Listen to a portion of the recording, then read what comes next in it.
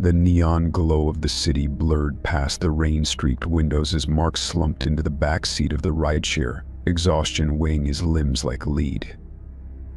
Another late night at the office, another spreadsheet, another deadline.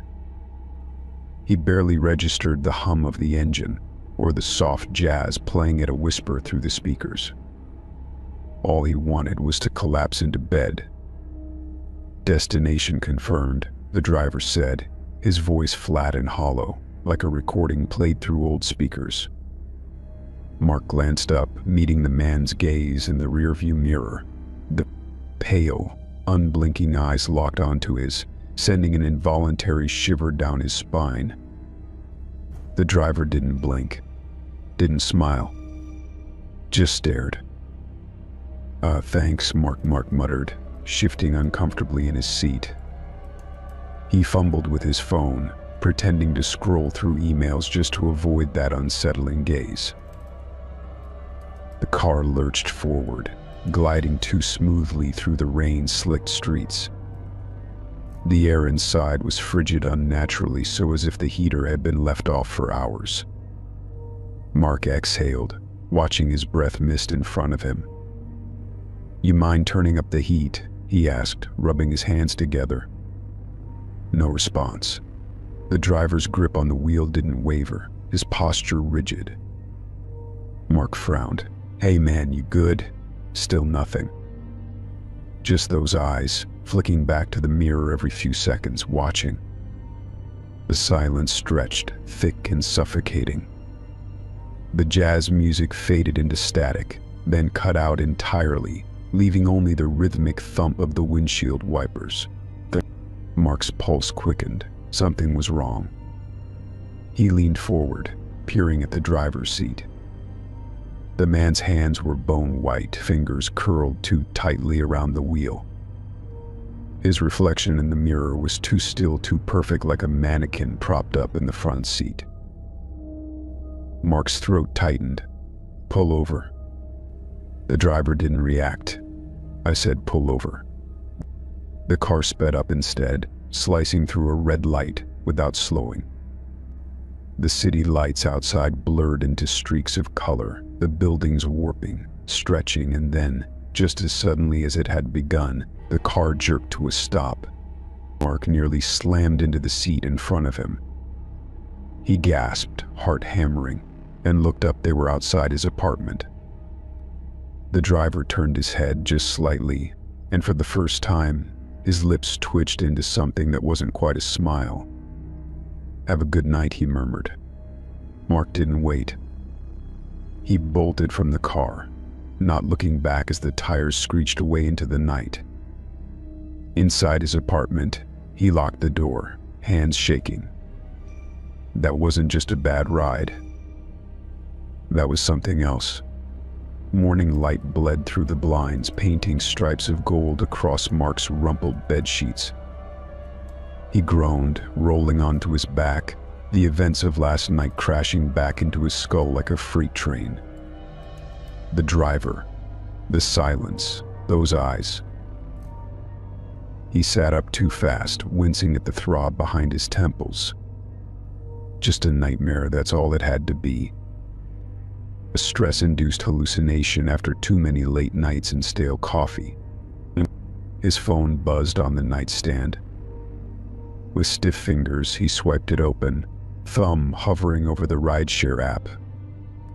The receipt would be there, proof that it had been just another ride, just another forgettable driver. He tapped the icon. The app loaded. His ride history was blank. Mark frowned, refreshing the screen. Nothing. No record of the trip. No charge to his card. No driver's name or license plate. "What the hell?" he muttered, scrolling through the empty list again. A glitch. It had to be. The app was buggy sometimes, right? Servers crashed. Data got lost. But the chill crawling up his spine didn't care about rational explanations. He forced himself out of bed, padding to the kitchen. The coffee maker gurgled to life, filling the apartment with the bitter scent of salvation. He leaned against the counter, phone still clutched in his hand, thumb absently swiping back to the app. Still empty. His stomach twisted. Maybe he'd imagined the whole thing. Maybe he blacked out from exhaustion and walked home. But the memory was too sharp, the unnatural cold, the static, the way the city had warped outside the windows. The coffee maker beeped. He poured a cup, the steam curling into his face as he took a scalding sip. Enough, he had work. Emails to answer, meetings to pretend to care about. Whatever had happened last night didn't matter. Except it did. Because as he shrugged on his jacket and grabbed his keys, his reflection in the hallway mirror caught his eye. And for just a second, just a fraction of a second, his pupils flickered black, like the driver's had. The fluorescent lights of the office hummed overhead, casting a sterile glow over the endless rows of cubicles. Mark's fingers hovered over his keyboard, but his mind was elsewhere, back in that car, back in the suffocating silence. He'd spent the day jumping at shadows, flinching every time a coworker passed too close. The reflection in the bathroom mirror had been normal, no flickering pupils, no unnatural darkness, but the memory of it gnawed at him. Just exhaustion, just stress. His phone buzzed, snapping him back to the present. A text from his boss. Need those reports by EOD. Mark sighed, rubbing his temples. Another late night. Another ride home. His stomach twisted at the thought. He hesitated before opening the rideshare app, thumb hovering over the request button. Maybe he'd take a cab instead, or walk. But the rain had started again, drumming against the office windows in a relentless rhythm. Just book it. It's fine. He selected a different car, this time a blue sedan, not the black one from last night.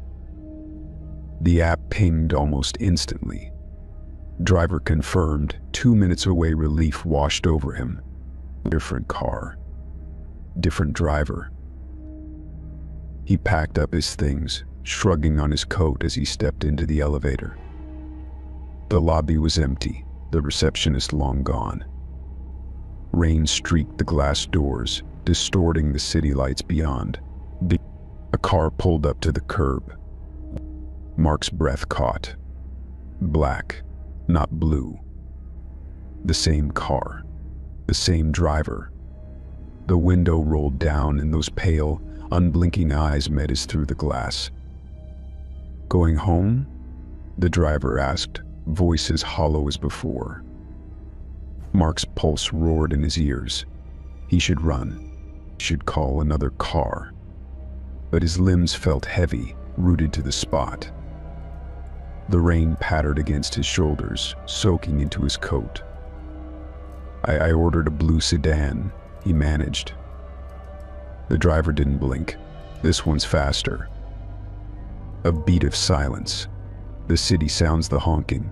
The chatter seemed to fade, leaving only the whisper of rain. Mark's fingers tightened around his phone. He could cancel. Could turn and walk away. But then the driver smiled. Just a slight tilt of his lips, and something in Mark's chest itched. Against every screaming instinct, he reached for the door handle. The moment his fingers brushed the cold metal, the street lights flickered. And the driver's eyes, already unsettling, darkened. Not just black, endless. Mark's breath hitched. The back door swung open on its own. Get in, the driver said. It didn't sound like a request. The moment Mark slid into the back seat, the door slammed shut behind him, too hard, too fast, as if pulled by an unseen force. The air inside was frigid, just like before, but now it carried something else, the faint, metallic tang of something old. Something wrong. The driver didn't speak. The car glided forward, tires whispering over wet pavement. The city outside blurred, streetlights stretching into glowing streaks as the speedometer climbed higher than it should have in downtown traffic. Mark's fingers dug into the seat. You switched cars." His voice sounded thin, brittle. "I ordered a blue one." The driver's reflection in the rearview mirror didn't waver. "Did you?" A whisper brushed against Mark's ear, soft, indistinct, like static given voice. He jerked away, twisting to look at the empty back seat. Nothing. But the cold deepened. Another whisper, this time from the other side. A breath against his neck. "Don't look." Mark's pulse spiked. He whipped his head around again, but the seat beside him was still empty. The whispers coiled around him, threading through the air like smoke. "What the hell is this?" His voice cracked. "Stop the car." Now the driver's hands tightened on the wheel. His knuckles were bone white, the veins beneath his skin too dark, too pronounced. The whispers grew louder. "Almost there. He can't see us yet." Mark's breath came in short, sharp gasps. Up. He fumbled for the door handle, yanking at it, but the lock held fast. The window wouldn't roll down. The child's safety light glowed mockingly on the panel. "Let me out." He slammed his palm against the glass. The driver exhaled a slow, rattling sound. "You asked for this ride." "No, I didn't. I ordered a different car." The street outside warped again, buildings melting into shapeless shadows. The headlights cut through the rain, illuminating nothing but an endless stretch of road. No intersections, no traffic. Just the black void of the night and the rhythmic thud of the wipers. Mark's reflection in the window flickered. For a heartbeat, his pupils swallowed the irises whole. Black. Like the driver's, he recoiled. The whispers surged, twisting into a chorus of overlapping voices, half-formed words. "You're one of us, you just don't know it yet." The car lurched violently, tires screeching as it swerved, but there was nothing to swerve from. No other cars, no obstacles, just the road, stretching on and on. Mark's stomach dropped. "What are you?" The driver's lips peeled back, revealing teeth too sharp, too many. "The same as you," he murmured, and then the world outside the window shattered. Into static, or into silence, into nothing at all. Mark's hands trembled as he scrolled through his email, searching for any trace of the ride receipt. His inbox was cluttered with work memos, newsletters, and spam, but nothing from the rideshare company. No confirmation. No charge. "This isn't possible." He switched to his banking app, fingers jabbing at the screen. His recent transactions showed coffee, lunch, a grocery run, but no rideshare fees. Not from last night. Not from either night. A cold knot tightened in his chest. He opened the rideshare app again, staring at the blank ride history. The support tab mocked him with its cheerful font, "Need help?" "Will contact us." He tapped it. The automated chat bot greeted him with a generic response. "Hi there. How can we assist you today?" Mark typed, his thumbs clumsy with adrenaline. "I took 2 rides that aren't showing up in my history." "No receipts. No charges," the bot replied instantly. "I'm sorry to hear that. Well, let me check your account." A pause. Then, "I don't see any recent trips associated with your profile." "Are you sure you used this account?" Mark gritted his teeth. "Yes, I'm sure." Another pause. Longer this time. Then, "For further assistance, please call customer service at 1-800-555-8723. He didn't hesitate. He dialed the number, pressing the phone to his ear as it rang. A woman's voice answered, crisp and professional. Thank you for calling rideshare support. My name is Laura. How can I help you? Mark exhaled. Hi, I took 2 rides over the past 2 nights, but they're not showing up in my history. No receipts, no charges. I see. The clack of a keyboard echoed through the line. Can you confirm the phone number and email associated with your account? He rattled them off, pacing his apartment like a caged animal. Or typing. Then, a beat of silence.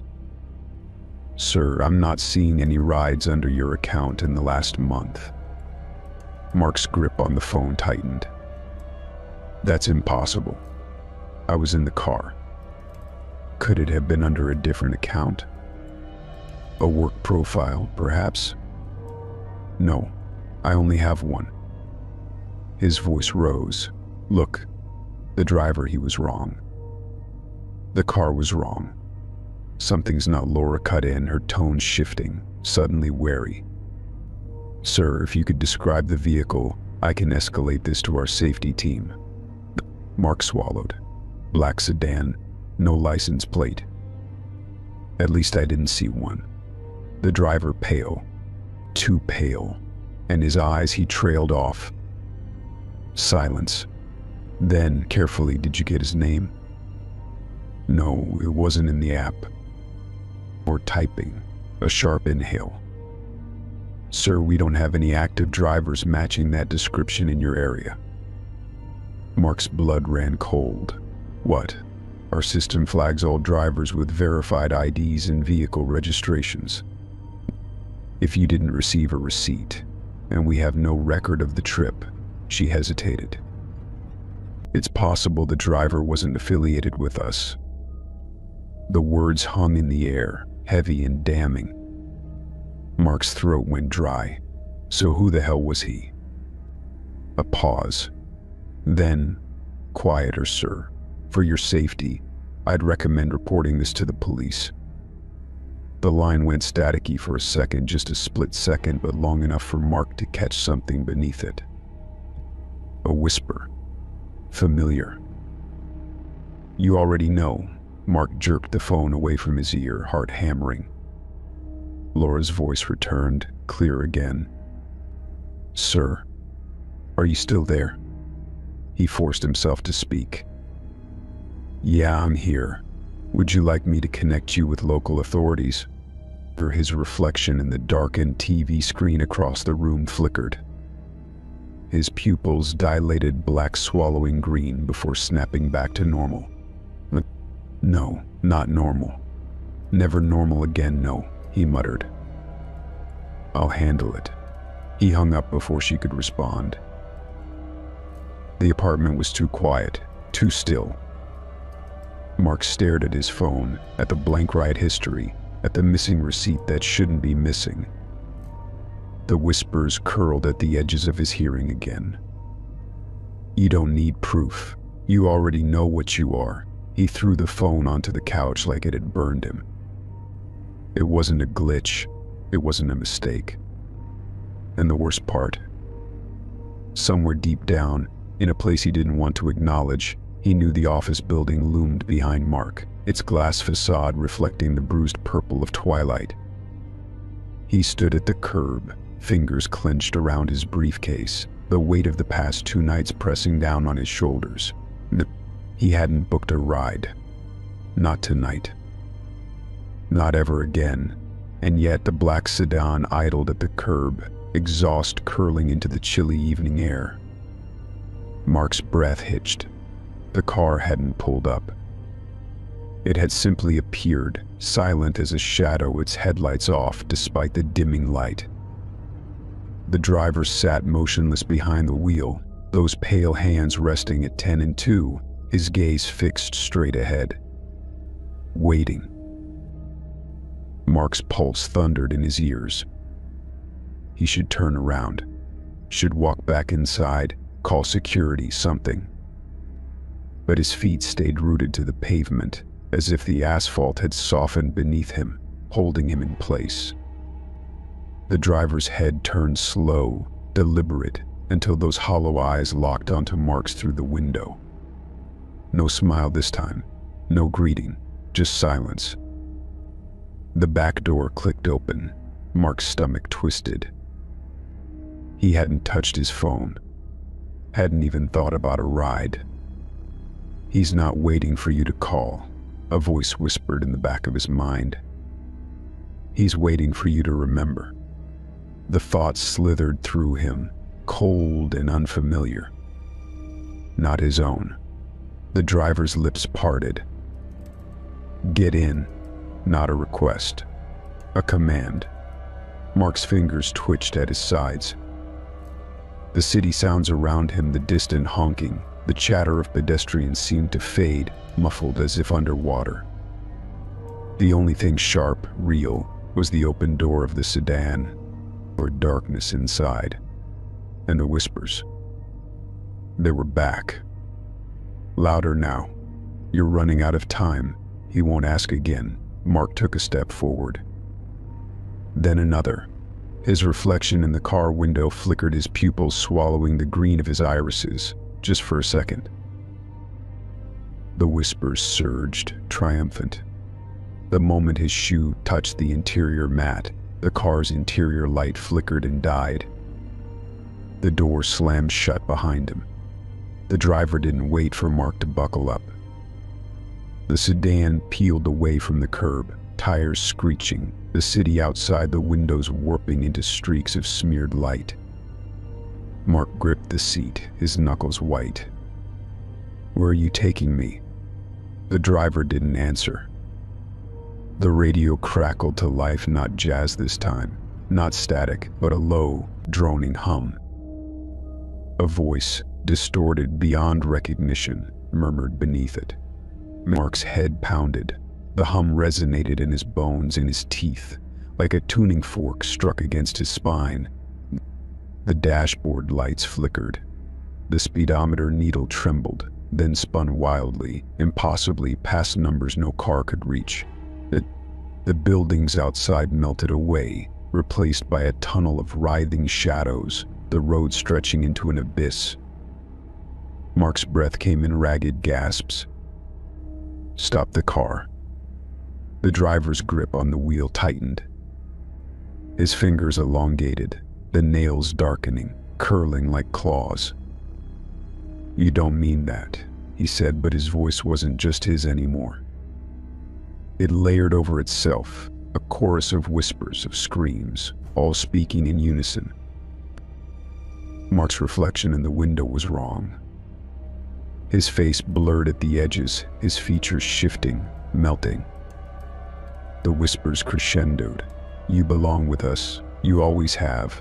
The car lurched violently, throwing Mark against the door. The world outside the windows shattered like glass, and then there was nothing. No road, no city, just the car, hurtling through the void. And the driver, turning fully in his seat now, his face splitting into a grin too wide, too hungry for any human face. "Welcome home," he said. The last thing Mark saw before the darkness swallowed him whole were his own eyes staring back from the rearview mirror. Black. Endless, just like the driver's. Mark's hands shook as he lifted his phone, angling the camera toward the black sedan idling at the curb outside his apartment. The driver sat motionless, his pale fingers curled around the wheel, those hollow eyes fixed straight ahead as if he already knew Mark was watching. The phone screen flickered. The image blurred, pixelating at the edges, the license plate dissolving into a smear of gray static. Mark adjusted the focus, tapping the screen, but every shot came out the same, distorted, unusable. Not possible. He switched to video mode, holding his breath as he hit record. The car shimmered in the frame, its edges wavering like a mirage. The driver's face, when Mark zoomed in, refused to sharpen. Just a pale smudge, featureless, inhuman. A whisper curled against his ear. "You can't catch what isn't there." Mark flinched, nearly dropping the phone. The recording ended abruptly, the file corrupted before he could even save it. "What the hell are you?" he muttered, shoving the phone into his pocket. The driver didn't react. The car didn't move. Mark exhaled sharply, turning on his heel and stalking back inside his apartment. He needed answers, and if the driver wouldn't give them to him, maybe someone else had seen something. The office was a cacophony of ringing phones and murmured conversations, the fluorescent lights buzzing overhead. Mark hovered near the break room, watching his coworkers filter in and out, clutching mugs of coffee and half-eaten pastries. He caught Lisa's arm as she passed. "Hey, have you ever seen a black sedan parked outside the building? Late at night?" Lisa blinked, adjusting her glasses. No. Why?" "No reason. Just thought I saw it a few times." She shrugged. "Probably just a rideshare." Mark forced a nod, moving on to the next person, Javier, from accounting, who frowned when he asked the same question. "Black sedan? Nah, man. You sure you weren't dreaming?"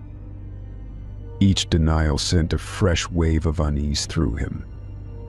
No one had seen it. No one but him. By lunch, he'd asked half the floor. All the same answer.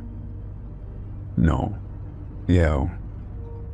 Mark slumped into his chair, rubbing his temples. The whispers coiled at the edges of his hearing, taunting. "They can't see us, only you." He gritted his teeth. There had to be something. Security footage. A traffic camera. He pulled up the building's security portal on his computer, typing in his credentials with stiff fingers. The system loaded slowly, finally displaying a grid of camera feeds: lobby, elevators, parking garage, and the front curb. Mark clicked on it, rewinding to last night's timestamp, heart hammering as the footage played back in grainy black and white. The street was empty. No car, no driver. Just Mark, standing alone at the curb, his reflection flickering unnaturally in the darkened windows of the building. Then, impossibly, the footage glitched. For a single frame, the black sedan was there, the driver's face turned toward the camera, his eyes two voids in the static. Then it was gone. Mark's breath caught. He rewound, pausing on the glitched frame. The driver's lips were moving. A single, looping phrase etched into the distortion: "You're running out of time." Mark slammed the laptop shut. The whispers laughed. Mark's apartment felt too small, the walls pressing in as he hunched over his laptop, the glow of the screen casting sharp shadows across his face. He'd spent the last hour combing through forums, news archives, anything that might hint at what he'd experienced.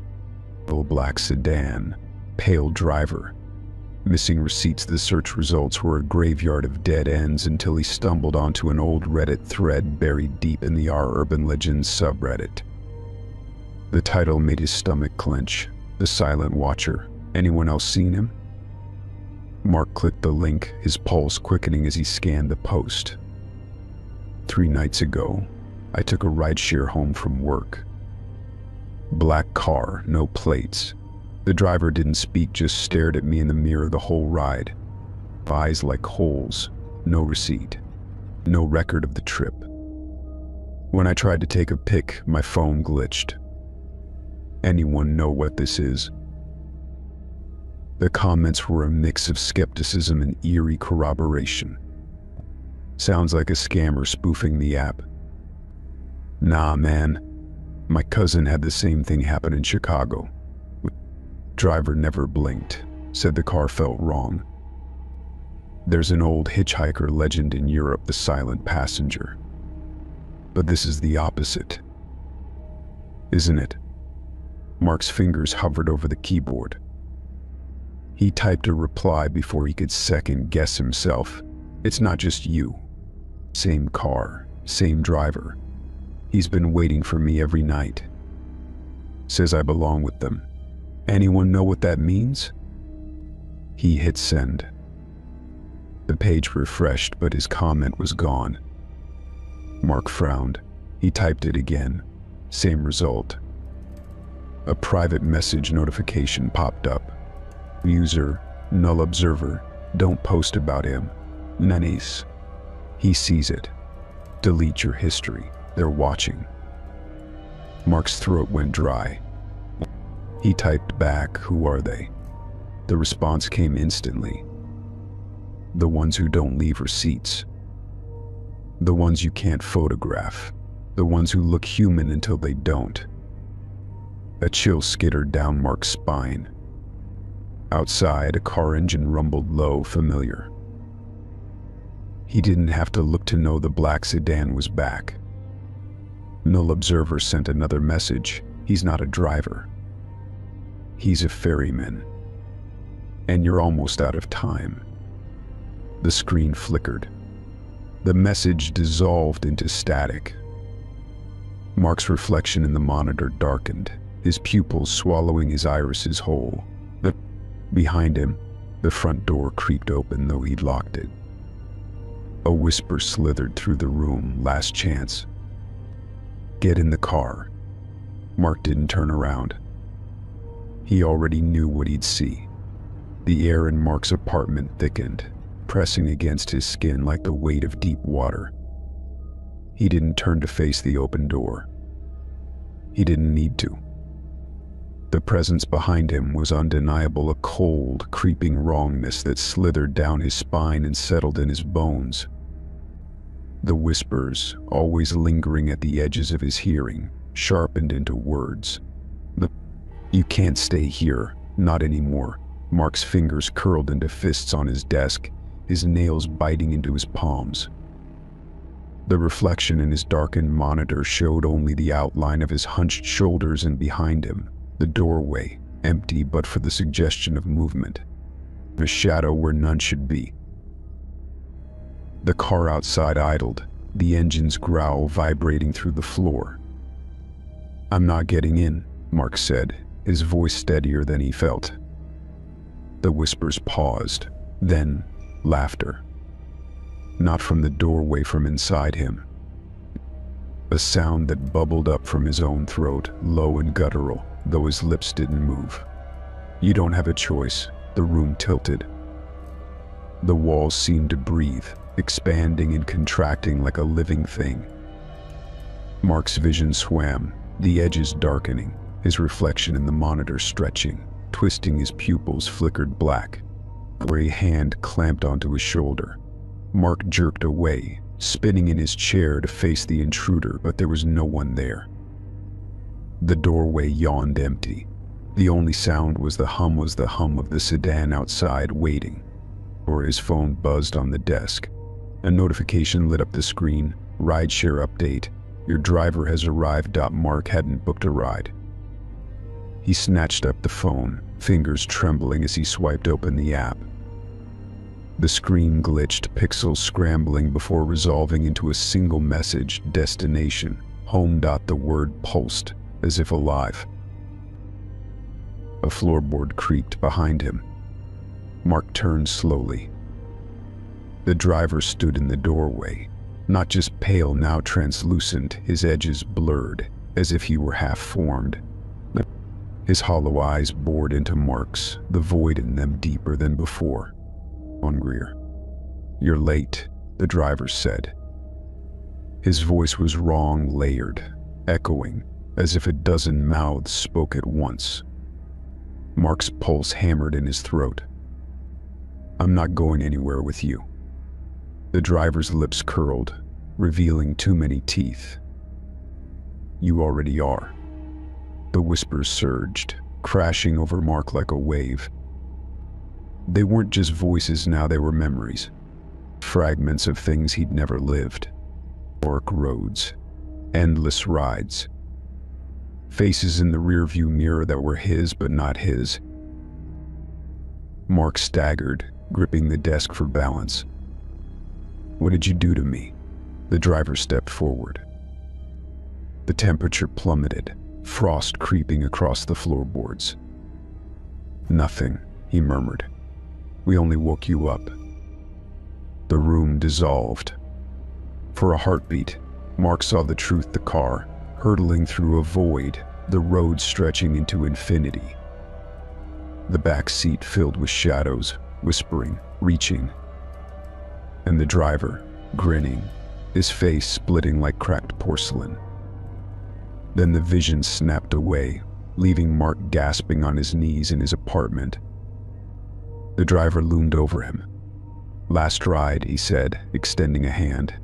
Mark's reflection in the floor-length mirror by the door wasn't his own. It was the driver's, and it was smiling.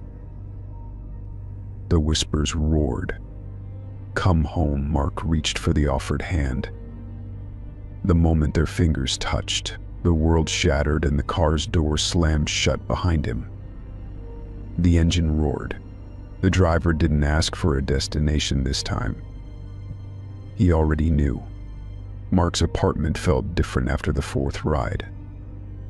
The air clung to his skin like a film, thick and stagnant, as if the walls themselves had absorbed the unnatural chill from the car. He exhaled sharply, watching his breath mist in front of him, despite the thermostat reading a steady 72 def. He jabbed at the controls, turning the heat up. The furnace kicked on with a groan, but the cold didn't relent. If anything, it deepened, seeping into his bones. This isn't normal. Mark rubbed his arms, pacing the length of the living room. The whispers had quieted since he'd stepped inside, but their absence was worse, a silence so complete it pressed against his eardrums. He grabbed his phone, thumbing through his contacts before hesitating. Who could he call? The police. "Yeah, hi, my apartment's haunted by the ghost of a rideshare driver." They'd laugh him off the line. A shiver racked his body, this one sharper than the last. His reflection in the darkened TV screen caught his eye, pale, pupils too wide, his breath still curling in visible plumes. The thermostat beeped. He turned. The display now read 32 def. Mark's stomach dropped. He hadn't touched it. The cold intensified, crawling up his legs like invisible hands. Frost spider-webbed across the window panes, intricate and deliberate, forming patterns that almost looked like letters. Mark stepped closer, his pulse thundering. The frost wasn't random. It curled into words, jagged and Nevin, "You're already gone." A sharp crack echoed through the apartment. The overhead light flickered, then burst in a shower of sparks, plunging the room into darkness. Mark stumbled back, his breath coming in ragged gasps. The cold wasn't just in the air now, it was inside him, spreading through his veins like ink in water. His fingers tingled, then went numb, the sensation creeping up his wrists. The whispers returned, louder, more urgent. "You can't fight it. You're one of us." Mark's legs gave out. He collapsed onto the couch, his limbs leaden, his vision swimming. The frost on the windows thickened, spreading across the walls now, the words multiplying. "Come home. You belong here. The car is waiting. A knock at the door. 3 slow, deliberate raps. Mark's head lolled toward the sound. He couldn't feel his fingers anymore. Couldn't feel his lips. The knocking came again. The door handle turned on its own. The last thing Mark saw before the darkness took him was the driver's silhouette in the doorway, taller now, sharper, his eyes twin voids in the black. And his smile, wider than any human mouth should be. The whispers sang. "Welcome back." The bar was too loud, the air thick with the stench of spilled beer and cigarette smoke clinging to clothes from the alley out back. Mark hunched over his 4th whiskey, the ice long melted, his fingers leaving damp prints on the glass. Every clink of bottles, every burst of laughter made his shoulders tense. They're watching, he could feel them. The whispers had grown teeth, gnawing at the edges of his thoughts even here, in the crowded dive. The bartender, a burly guy with the tattooed knuckles, had stopped asking if he wanted another round. Just slid them over when Mark's glass emptied, his expression unreadable. He knows Mark shook his head, the liquor blurring the thought before it could take root. Paranoia. That's all it was. The TV above the bar flickered, the sports game cutting to static for a heartbeat. Long enough for Mark to see it his own face, pale and hollow-eyed, reflected in the screen. His pupils swallowed the green of his irises, black bleeding into the whites. He blinked. The game was back. His hands shook. A hand clamped onto his shoulder. Mark flinched so hard he nearly toppled off the stool. "Easy, man." A stranger, some guy in a windbreaker, held up his palms. "Just asking if you're good. You've been staring at that glass like it's gonna bite you." Mark forced a laugh. It came out ragged. "Peachy." The guy hesitated, then shrugged and melted back into the crowd. Mark exhaled, rubbing his temples. He needed air. Needed to get out of here before. The bar's door creaked open. A hush fell over the room. Not all at once, just a ripple, a slow draining of sound, like someone had turned down the volume. Mark didn't look up, didn't need to. The cold seeped in first, then the silence. When he finally lifted his head, the bartender was frozen mid-pour, foam spilling over the rim of a pint glass. The guy in the windbreaker was half-turned, his mouth open in a laugh that would never finish. And in the doorway, the driver. Taller now, thinner, his limbs too long, his suit stretched taut over shoulders that didn't sit right. His face was a smear of pale skin and shadows, but the eyes, black. Endless. Mark's whiskey glass cracked, a hairline fissure splitting the side. The driver didn't speak, just tilted his head, emotion too sharp, too wrong, and stepped inside. The bar's lights flickered. The jukebox skipped, a warped note stretching into a groan. Mark's phone buzzed in his pocket. He didn't check it. He already knew what it would say. The driver stopped a foot away, the scent of old leather and something metallic clinging to him. The radio at his hip, an ancient, boxy thing that hadn't been there before, crackled to life. Static. Then beneath it, Mark, his name, whispered in his own voice. The driver smiled. "Time to go," he said. The bar dissolved around them. The patrons, the bottles, the light, all of it bled away, leaving only the car idling at the curb, its door already open. The whispers roared. Mark didn't fight it this time. He stood and let the static swallow him whole.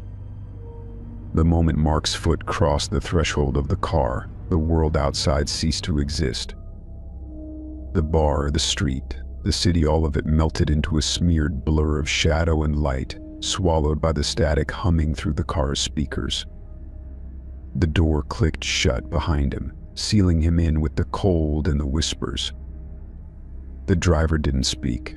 His hands, pale, two long fingers curled around the wheel, didn't move.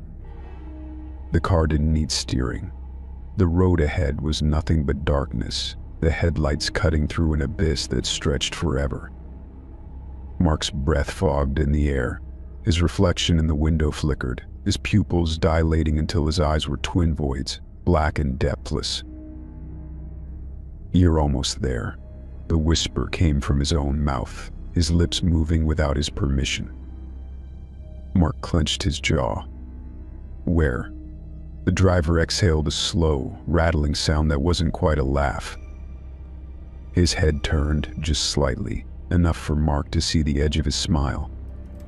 Too wide, too many teeth. Soon, the driver said. A single word, a promise. Mark's stomach twisted. The air in the car thickened, pressing against his skin like a physical weight. The whispers surged, overlapping, merging into a chorus of voices that weren't voices at all, just thoughts, memories, things that didn't belong to him but lived inside his skull now. "You've always been ours, you just forgot." The speedometer needle trembled, then spun, the numbers blurring past anything a car could reach. The windows rattled in their frames, the glass warping, bending inward as if something outside pressed against them, hungry.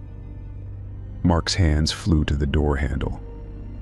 He yanked, but the lock held fast. The child's safety light glowed mockingly. "Let me out," he snarled. The driver didn't react. Mark slammed his fist against the window. The glass didn't shatter, it rippled, like the surface of a pond disturbed by a stone. His reflection twisted, his features melting, reforming into something not quite human. The whispers laughed. Mark recoiled. His breath came in short, sharp gasps, his pulse a frantic drumbeat in his throat. The cold inside him spread, numbing his limbs, his thoughts. The car hit a bump, except there was no road. No ground. Just the endless dark. And then ahead, a light. Faint at first, a pinprick in the void. Growing closer. Brighter. The whispers fell silent. Mark's chest tightened. He didn't want to see what was coming. Didn't want to know. The light resolved into a shape, a tunnel, its walls lined with figures, their faces blurred, their hands pressed against the glass as the car hurtled past. Familiar faces. His own. Dozens of him. Hundreds. All with the same black eyes. The driver's smile widened. Home. Mark's vision swam. The tunnel walls peeled back, revealing a vast, yawning space beyond a city, but not a city. Towers of twisted metal and glass, streets that curved in impossible directions, shadows that moved on their own. And the car, gliding to a stop at the edge of it all. The driver turned fully in his seat, his body elongating, his suit splitting at the seams to reveal something beneath, something dark and shifting and wrong. "Last stop," he said. The door locks clicked open. Mark didn't move. Couldn't. The whispers were gone, replaced by a silence so complete it ached. The driver's hand cold, too many joints closed around Mark's wrist. "You don't need to run," he murmured. "Not anymore." Mark looked down at his own hand. His fingers were pale, translucent. The edges blurred, like a photograph left in the rain. The realization hit him like a punch to the gut. He wasn't getting out. He never had been. The driver's grip tightened. Soon, Mark wrenched free and ran. Mark's hands trembled as he swiped through his phone, the glow of the screen the only light in his pitch-black apartment. The cold had settled into the walls, the floors, his bones, but that wasn't what made his breath hitch. The rideshare app was gone. Not just uninstalled. All gone, no trace of it in his download history, no residual files. It had vanished like it had never existed. Mark's throat tightened. He typed the app's name into the search bar, fingers clumsy with adrenaline. The store loaded dozens of similar apps, but not the one he'd used. Not the one that had summoned him.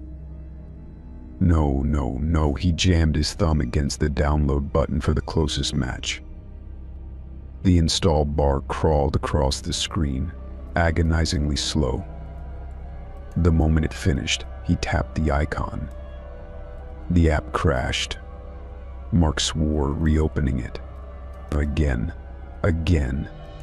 Each time the screen flashed white before freezing, then kicking him back to his home screen. A whisper curled against his ear, soft as static. "You don't need it." Mark's head snapped up. The apartment was empty, the silence suffocating. But the air pulsed, like the room itself was breathing. He threw his phone onto the couch, the device skidding across the cushions before clattering to the floor. The screen stayed lit, the app still open. Frozen on a glitched image, a distorted glimpse of a black sedan, its windows opaque. Mark took a step back. His reflection in the darkened TV screen flickered, his pupils swallowing the green of his irises for a heartbeat before snapping back. Not a glitch, not a mistake, the whispers surged, louder now, threading through the silence like smoke. "He's coming. You can't stop it." Mark's breath fogged in the air, though the thermostat reads 75 def. Frost crept across the window panes, jagged lines spiderwebbing the glass. Outside, an engine growled. Oh, familiar. Mark didn't have to look to know the black sedan idled at the curb, its headlights off, its driver waiting. The app hadn't disappeared because it was broken. It had disappeared because he didn't need it anymore. The car had already chosen him, and it wasn't going to let him go. The black sedan was everywhere now. Mark spotted it outside the grocery store, idling near the cart return, the driver's hollow eyes tracking him through the windshield as he loaded bags into his car. He saw it in the park, parked beneath a skeletal oak, its headlights off despite the gathering dusk. Each time, the driver didn't move, didn't speak. Just watched. Like he was waiting for something. Like Mark was running out of time. The produce aisle was too bright, the fluorescent lights glaring off the polished floors. Mark gripped the handle of his basket, his knuckles white. He could feel the sedan's presence even inside the store, a cold, creeping wrongness that made the back of his neck prickle. He turned a corner, nearly colliding with a display of apples. A woman in a red coat shot him a glare before pushing her cart past. A whisper brushed against his ear. "He's here." Mark spun. The aisle was empty, but at the far end, near the exit, a shadow stretched too long, a silhouette that didn't match the overhead lights. Tall. Thin. The driver. Mark's breath hitched. The man wasn't moving, just standing there, hands at his sides, his face a pale smudge in the artificial light. The whispers surged, threading through the canned music overhead, twisting the cheerful jingle into something dissonant. "So you can't hide, not here." Mark dropped his basket, the apples spilling across the floor with a series of dull thuds. He didn't stop to pick them up, didn't look back. He bolted for the exit. The automatic doors hissed open, releasing him into the parking lot. The evening air was thick with the scent of rain and exhaust. His car was 3 rows away too far. The black sedan idled at the curb, its windows tinted, its engine silent. Mark's pulse roared in his ears. He fumbled for his keys, his fingers numb. A hand clamped onto his shoulder. He whirled, raising his fists, but it was just the woman from the aisle, her red coat bright under the lot's halogen lights. "You dropped these," she said, holding out his wallet. Mark blinked. He hadn't even felt it fall. "Thanks," he muttered, snatching it back. When he looked up, the sedan was gone. But the whispers remained. Soon the park was empty at this hour, the playground swings creaking in the wind, the paths lit by flickering street lamps. Mark sat on a bench, his breath fogging in the cold air, his phone clutched in his hand. He'd scrolled through every forum, every urban legend site, searching for answers. There were none. Only more questions. Only the growing certainty that he wasn't the first. And he wouldn't be the last. A twig snapped behind him. Mark didn't turn. He didn't need to. The cold settled over him like a shroud, the air thickening, the whispers rising to a crescendo. The driver stood at the edge of the path, his silhouette too tall, his suit too crisp under the sickly yellow light. This time he didn't wait. He stepped forward, and the street lamp above him burst in a shower of sparks. Mark's phone screen glitched, the image distorting, the words rearranging themselves into a single, pulsing message. Last ride. The driver smiled, and the world dissolved into static. Mark's fingers flew across the keyboard, the glow of his laptop screen the only light in his apartment. The search bar taunted him: black sedan rideshare, pale driver, missing receipts, but the results were the same: fragments of stories, half-remembered nightmares, dismissed as urban legends. Then he found it. Buried in a decade-old forum thread titled "Strange Encounters, the Ones Who Don't Belong," a single post stood out. "Last night I took a rideshare home from work. Black sedan, no plates. The driver never spoke, just stared at me in the mirror with these hollow eyes. The app showed no record of the trip. No receipt. No charge. When I tried to take a photo, my phone glitched like it couldn't focus on him. Then, just before I got out, he said, 'You'll see me again.' The next night he was waiting outside my apartment. I'd parked, just there. I tried to run, but the post ended abruptly. The final update, time-stamped 3 days later, was a single line. 'He took me.' Mark's breath caught. He scrolled down, desperate for more, but the thread was locked. User banned. Account deleted. A whisper curled against his ear, so close it could have been his own thought. "You're next." Mark slammed the laptop shut. His reflection in the dark screen flickered, his pupils dilating until his eyes were voids. The apartment hummed with silence, the kind that came before a storm. Outside, an engine growled to life. Mark didn't have to look to know the black sedan was idling at the curb, waiting. The whispers laughed, and for the first time Mark laughed with them. Rain drummed against the pavement as Mark sprinted down the alley, his breath ragged, his shoes slipping on the slick concrete. Behind him, the black sedan rolled forward at a crawl, its headlights cutting through the downpour like twin blades. He'd made it 3 blocks from his apartment before the car appeared, not parked, not waiting, but following, gliding soundlessly through the storm. Mark skidded around a corner, his shoulder slamming into a dumpster. Pain flared up his side, but he didn't stop. Couldn't. The whispers hissed in his ears, urgent now. He's here. He's always been here. A dead end. The alley terminated it in a chain-link fence, the metal rattling in the wind. Mark grabbed it, fingers curling through the links, already knowing it was too high. Too late. The sedan's engine purred to a stop. The door clicked open. Mark turned, his back pressed to the fence, his pulse a frantic drumbeat in his throat. The driver stepped out. Not the pale, hollow-eyed man from before. Something worse. His limbs stretched too long, his suit straining at the seams as if something beneath it pulsed and twisted.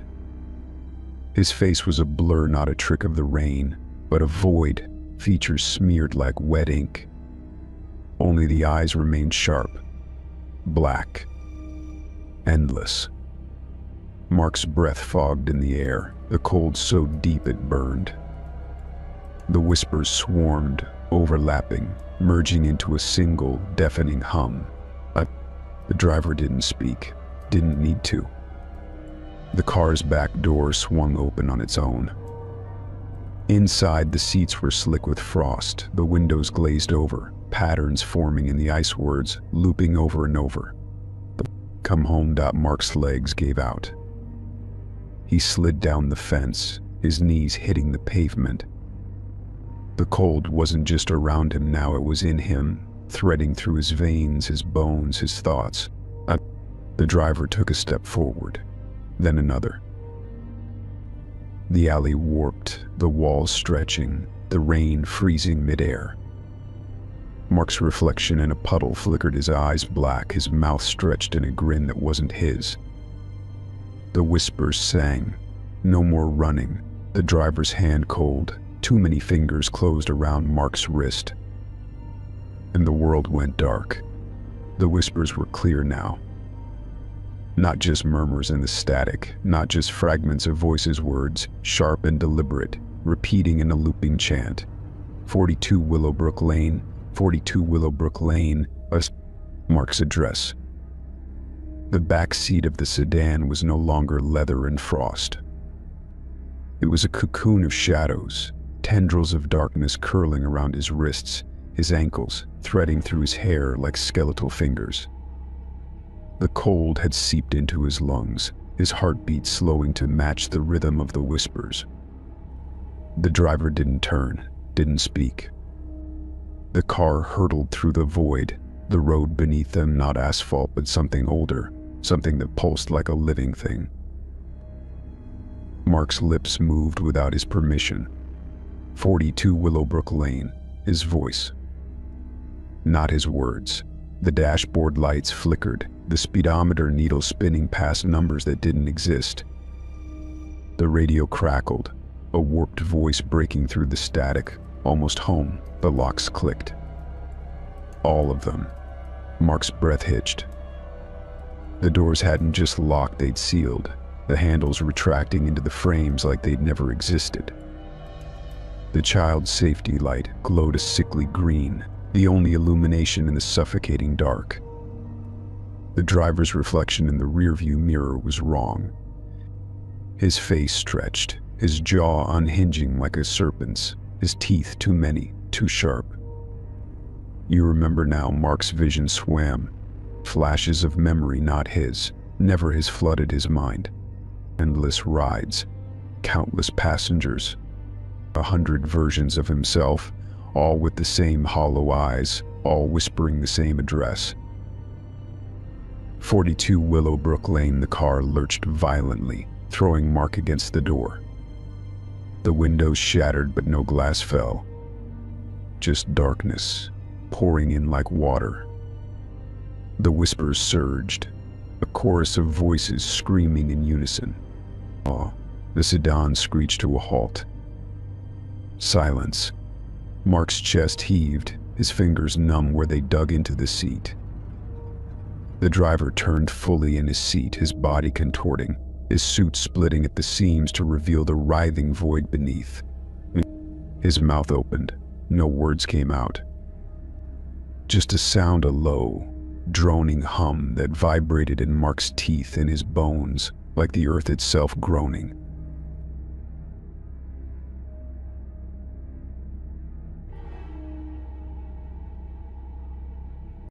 The passenger door swung open, not to an alley, not to a street, to his apartment.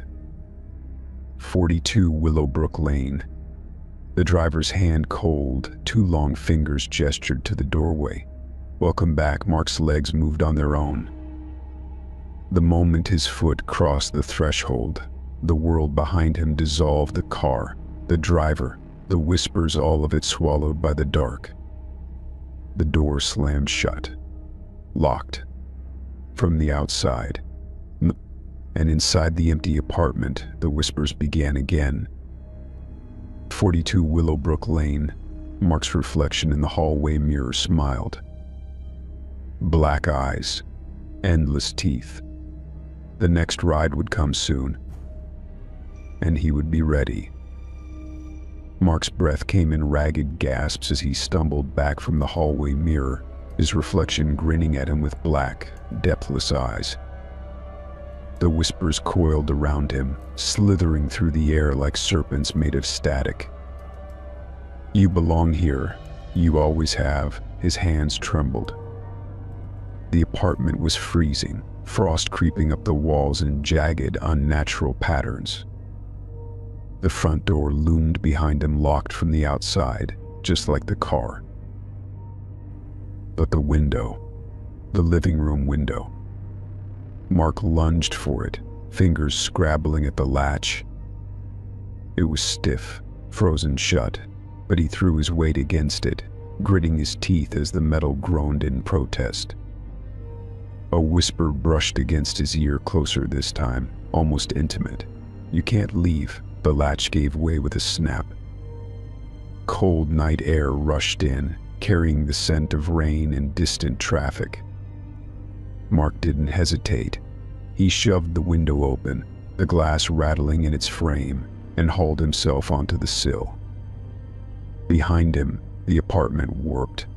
The walls pulsed inward, the shadows stretching, reaching for him. The whispers rose to a deafening crescendo, voices overlapping, merging into a single guttural command. "Stop!" Mark didn't look back. He jumped. The fall was shorter than he expected, just a single story, but the impact still sent a jolt of pain up his legs as he hit the damp grass below. He rolled, his shoulder taking the brunt of the landing, before scrambling to his feet. The street was empty. No pedestrians. No cars. Just the glow of street lights reflecting off wet pavement. And the black sedan, parked at the curb, waiting. The driver's door creaked open. Mark's blood turned to ice. He spun on his heel and ran. His shoes slapped against the pavement, his breath burning in his lungs. He didn't dare glance back, didn't need to. The engine didn't roar to life. No tires screeched in pursuit. But he felt it. The car wasn't following him. It was letting him run. The thought sent a fresh wave of terror through him. He skidded around a corner, nearly slipping on the rain-slicked concrete, and ducked into the first open business he saw, a 24-hour diner, and its neon sign buzzing faintly in the dark. The warmth inside hit him like a physical blow. The diner was nearly empty, just a tired-looking waitress wiping down the counter and a couple hunched over coffee in a booth. The smell of grease and stale syrup was almost comforting. Mark slumped into a seat by the window, his hands shaking too badly to grip the menu. He forced himself to look outside. The street was still empty. No sedan, no driver, but the whispers hadn't stopped. They curled at the edges of his hearing, softer now, almost amused. "You can't outrun it. You'll see." The waitress approached, her expression shifting from boredom to concern as she took in Mark's wild eyes, his torn sleeve, the dirt smeared across his knees. "You okay, hon?" Mark opened his mouth to say what. He didn't know. A lie? A plea for help? The diner's lights flickered. Just once. A fraction of a second.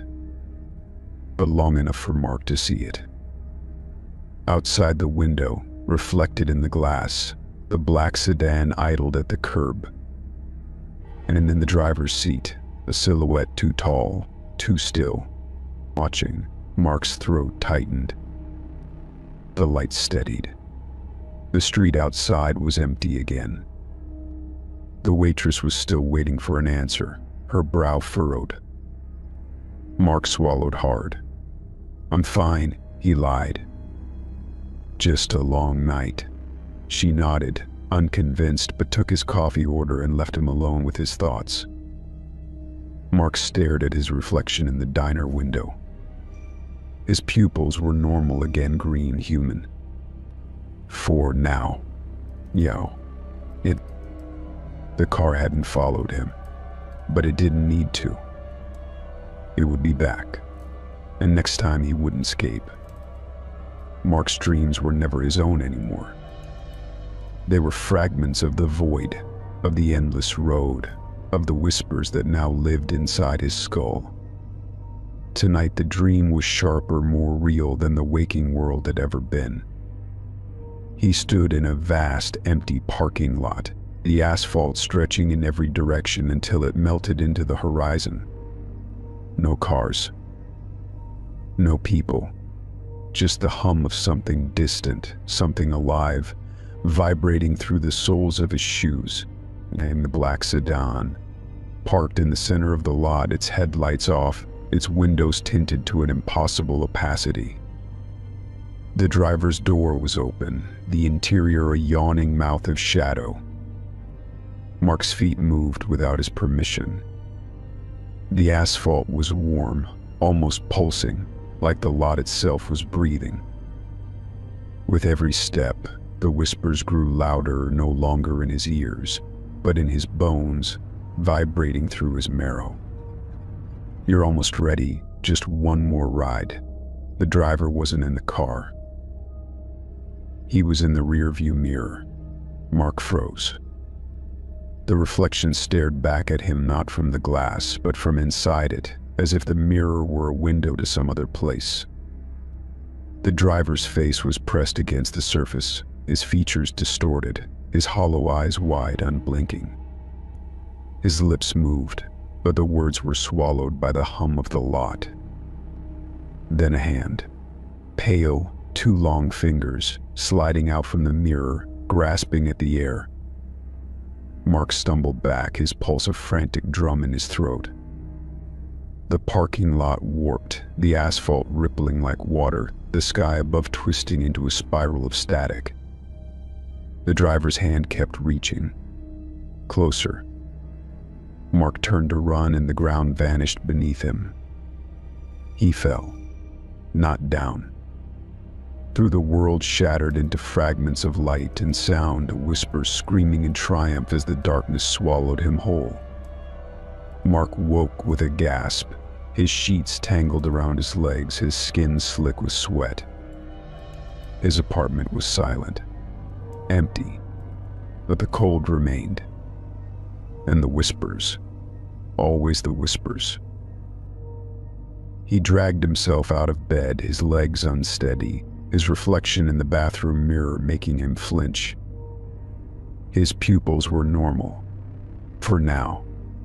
The dream clung to him like a second skin, the image of the driver's hand reaching from the mirror seared into his mind. It wasn't just a dream. It was a warning. A promise. The 8th ride was coming. And this time he wouldn't wake up. Mark jolted awake, his heart hammering against his ribs. The dream, the parking lot, the mirror, the driver's grasping hand still clung to the edges of his vision, refusing to fade. He sucked in a ragged breath, the air in his bedroom thick and stale. Then he saw it.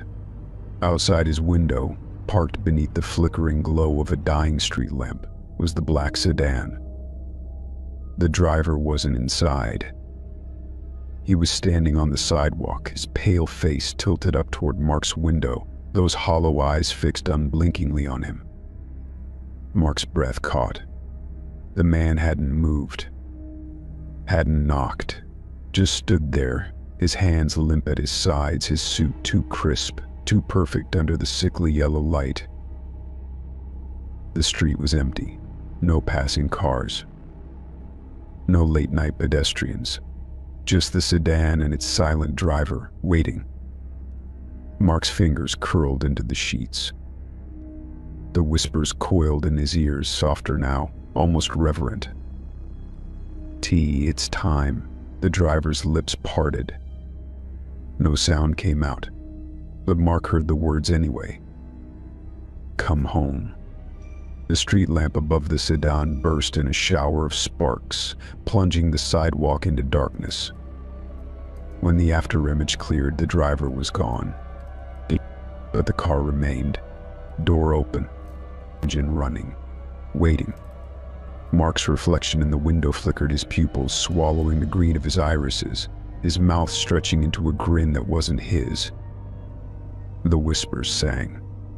Last ride, Mark didn't move. He didn't have to. The decision had already been made. The car would take him, and this time he wouldn't fight it. Mark's fingers trembled as he dialed 911, pressing the phone to his ear while keeping his eyes locked on the sedan outside. The street lamp's shattered glass glittered on the pavement like fallen stars. 911, what's your emergency? The operator's voice was calm, professional. There's a car outside my apartment, Mark rasped. Black sedan, no plates. The driver, he was just standing there, staring at my window. He's not human. A pause. Too long. Sir, is the individual attempting to enter your home? Mark's throat tightened. No, but he's been following me. The car appears out of nowhere. It's not just a stalker, it's something else. Something wrong. Another pause. The sound of typing. I'm dispatching an officer to your location. Please stay on the line. Mark exhaled, nodding even though she couldn't see him. His reflection in the window was still wrong, too still, too knowing. The sedan hadn't moved. The open door yawned like a mouth. Minutes crawled by. The operator asked him questions. Did he have a weapon? Had the driver threatened him? But Mark's answers felt hollow. How could he explain the whispers? The way the car warped reality. The way his own eyes flickered black in the dark. Then finally the distant wail of a siren. A patrol car rolled up, its headlights cutting through the gloom.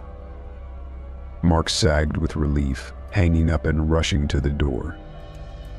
The officer stepped out, her flashlight sweeping the sidewalk.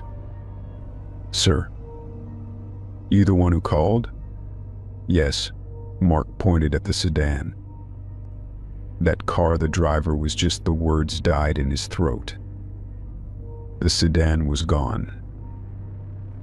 No tire marks, no trace. Just an empty stretch of curb where it had been idling moments before. The officer's flashlight beam swept the area, lingering on the broken glass from the street lamp. You said it was a black sedan? It was right there, Mark insisted, his voice cracking. The driver, he was staring at me. The streetlight exploded when he left. The officer's expression shifted. Not disbelief, exactly. Something worse. Pity. She clicked off her flashlight. Sir, have you been drinking tonight? Mark's stomach dropped. No, I'm not making this up. She nodded slowly, the way one might humor a child. I'll file a report, but without a vehicle or plate number, there's not much we can do. You might want to consider getting some rest. Mark's hands clenched at his sides. The whispers slithered through his mind, laughing. They never believe, they never see. The officer handed him a card. All if you see the car again. Try to get a plate next time. Next time. Oh, as if it were that simple. Mark took the card, his fingers numb. The patrol car pulled away, leaving him alone on the sidewalk. The cold deepened. Behind him, the faintest sound, a car door clicking shut. Mark turned slowly.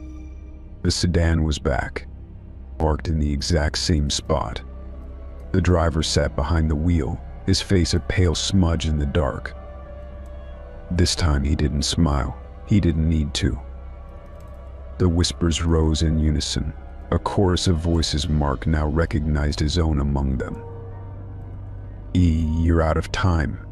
The passenger door swung open. Mark's reflection in the window smiled. And this time he smiled back. The morning light was too bright, too ordinary, as Mark stepped out of his apartment building.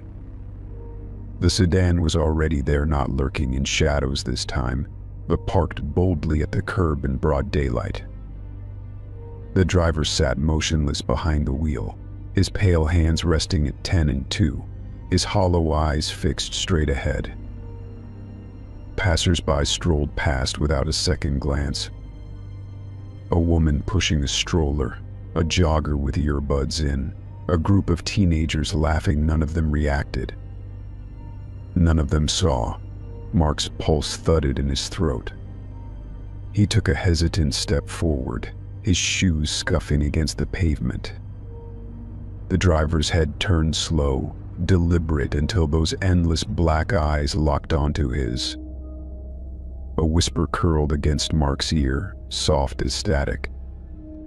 "They don't see us. They never will." Mark swallowed hard.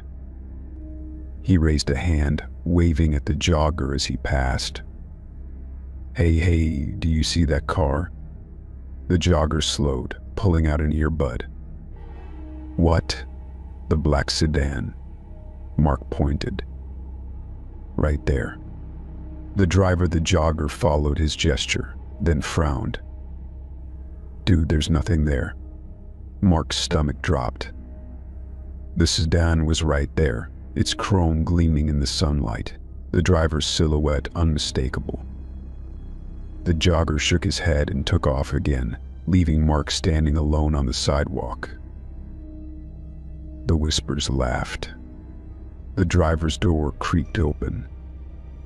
No theatrics this time, no warping streets or shattering lights. Just the car, the road, and the terrible, inevitable truth. Mark's reflection in the sedan's window was no longer his own. His pupils swallowed the light, his edges blurred, his mouth stretched into something that wasn't quite a smile. The whispers weren't separate from him anymore. They were his. The driver didn't speak. Didn't need to. Mark walked forward.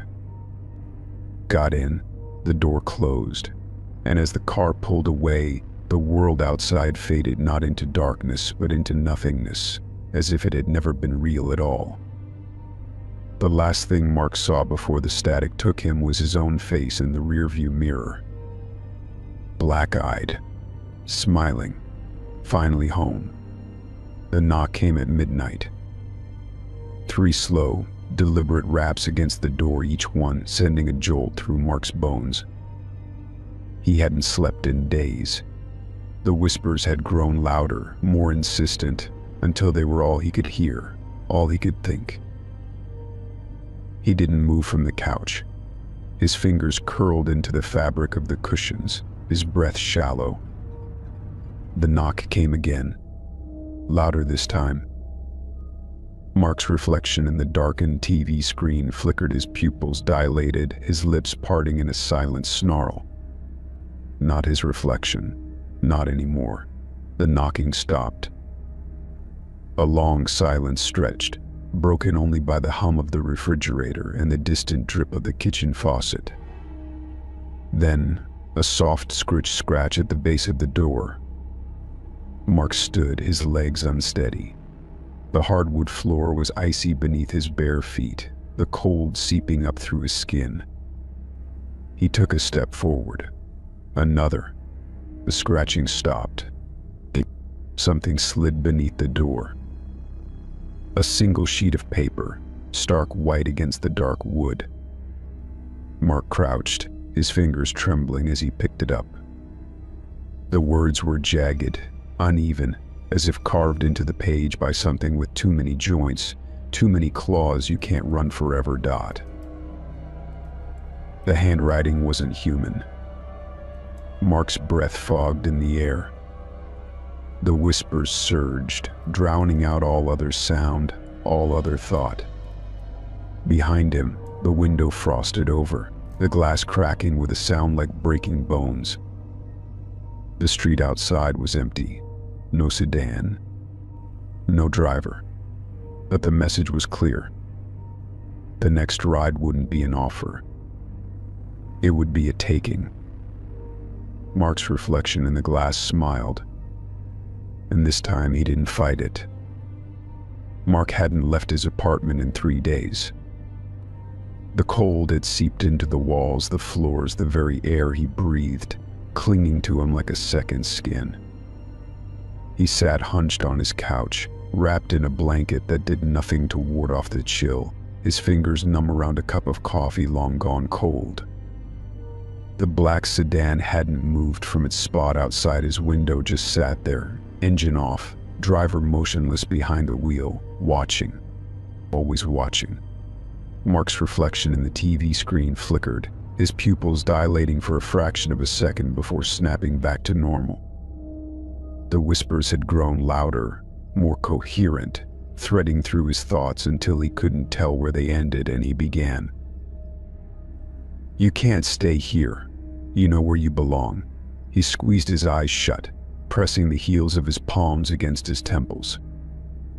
The knocking from last night still echoed in his skull, the scrap of paper with its jagged, inhuman writing now crumpled in his fist.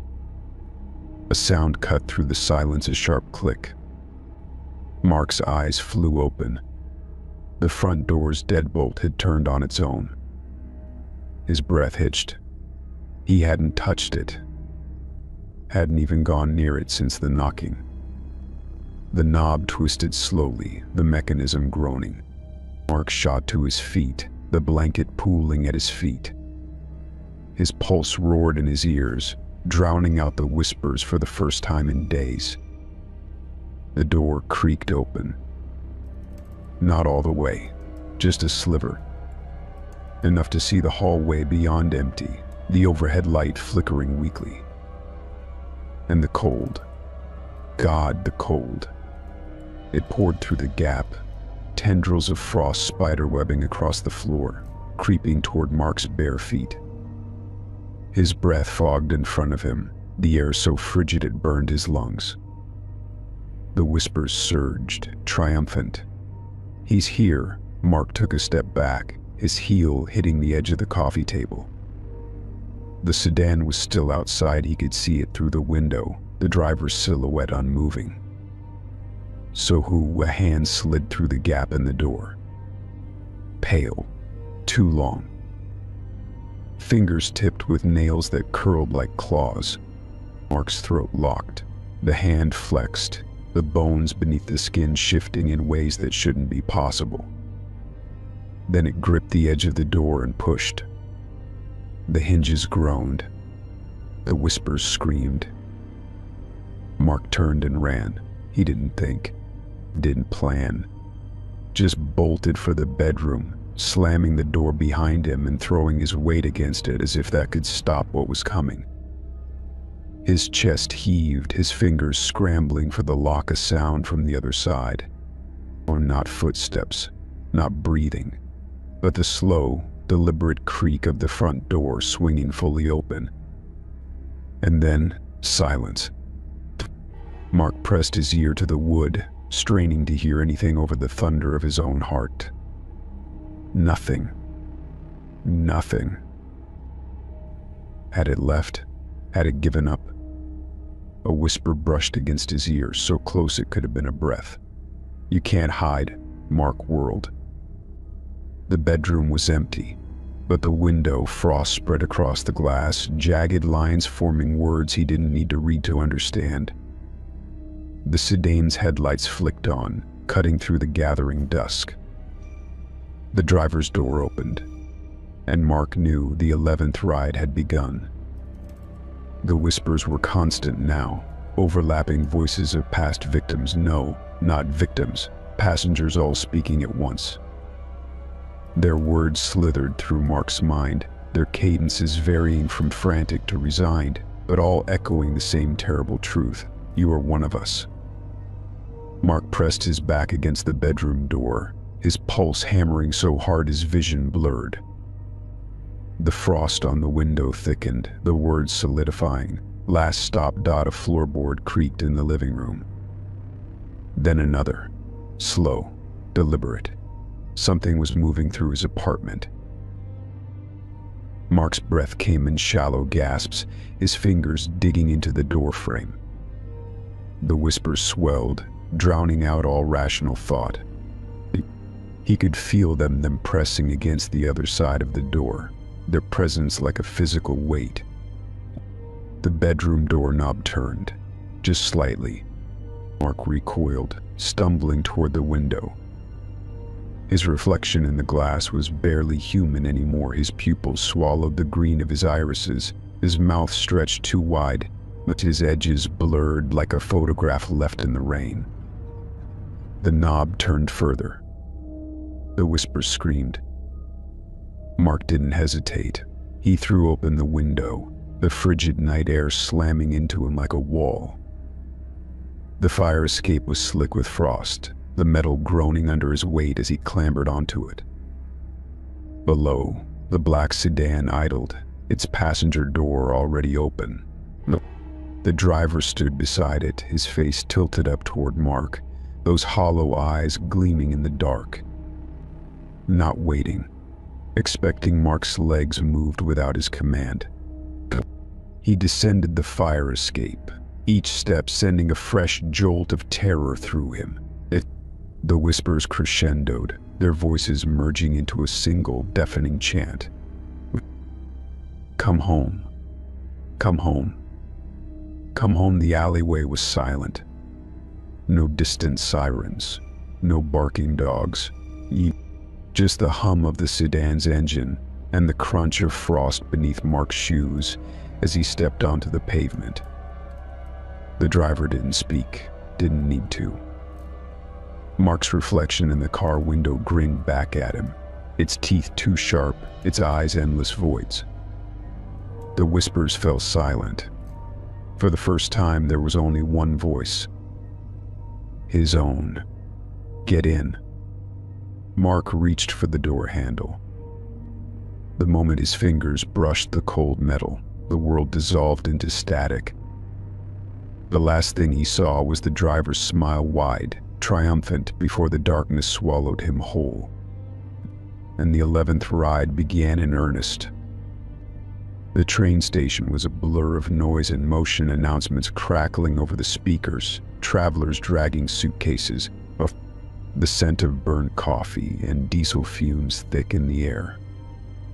Mark clutched his backpack to his chest, his breath shallow as he scanned the departure board. The 10:15 to Albany was still on time. Just get on the train.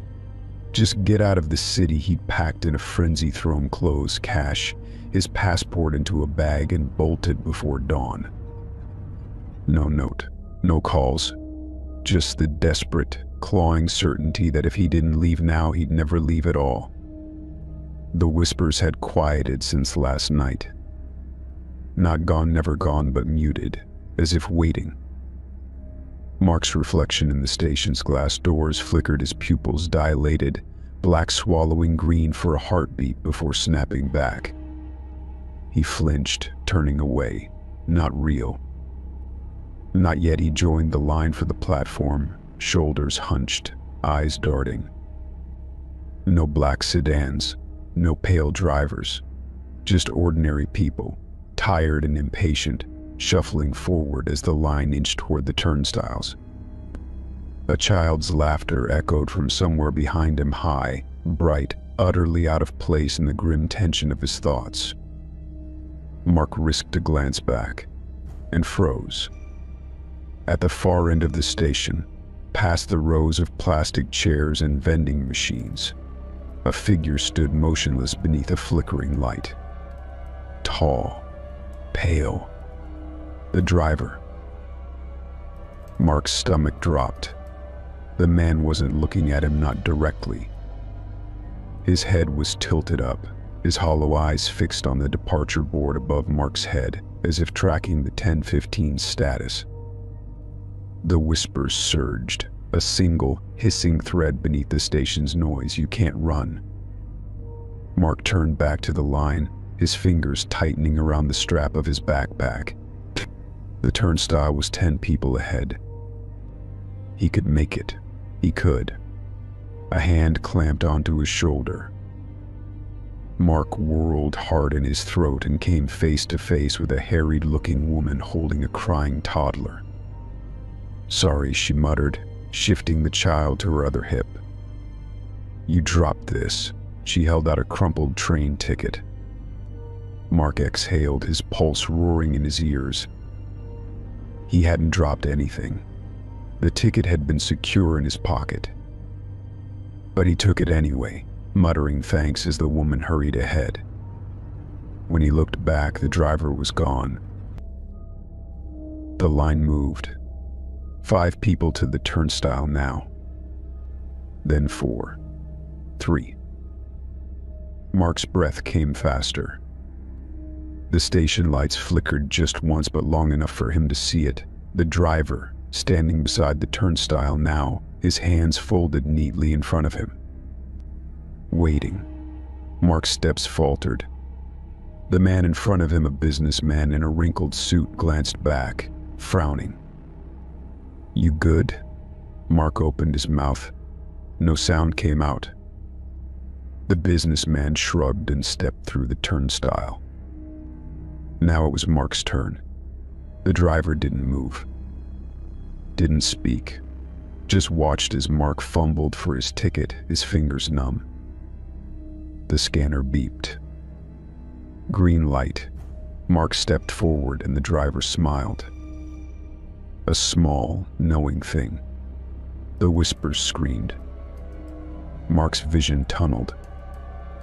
The station melted away, the noise, the people, the light, until there was only the turnstile, the platform beyond, and the black sedan idling beside the 10:15 to Albany, with its passenger door already open.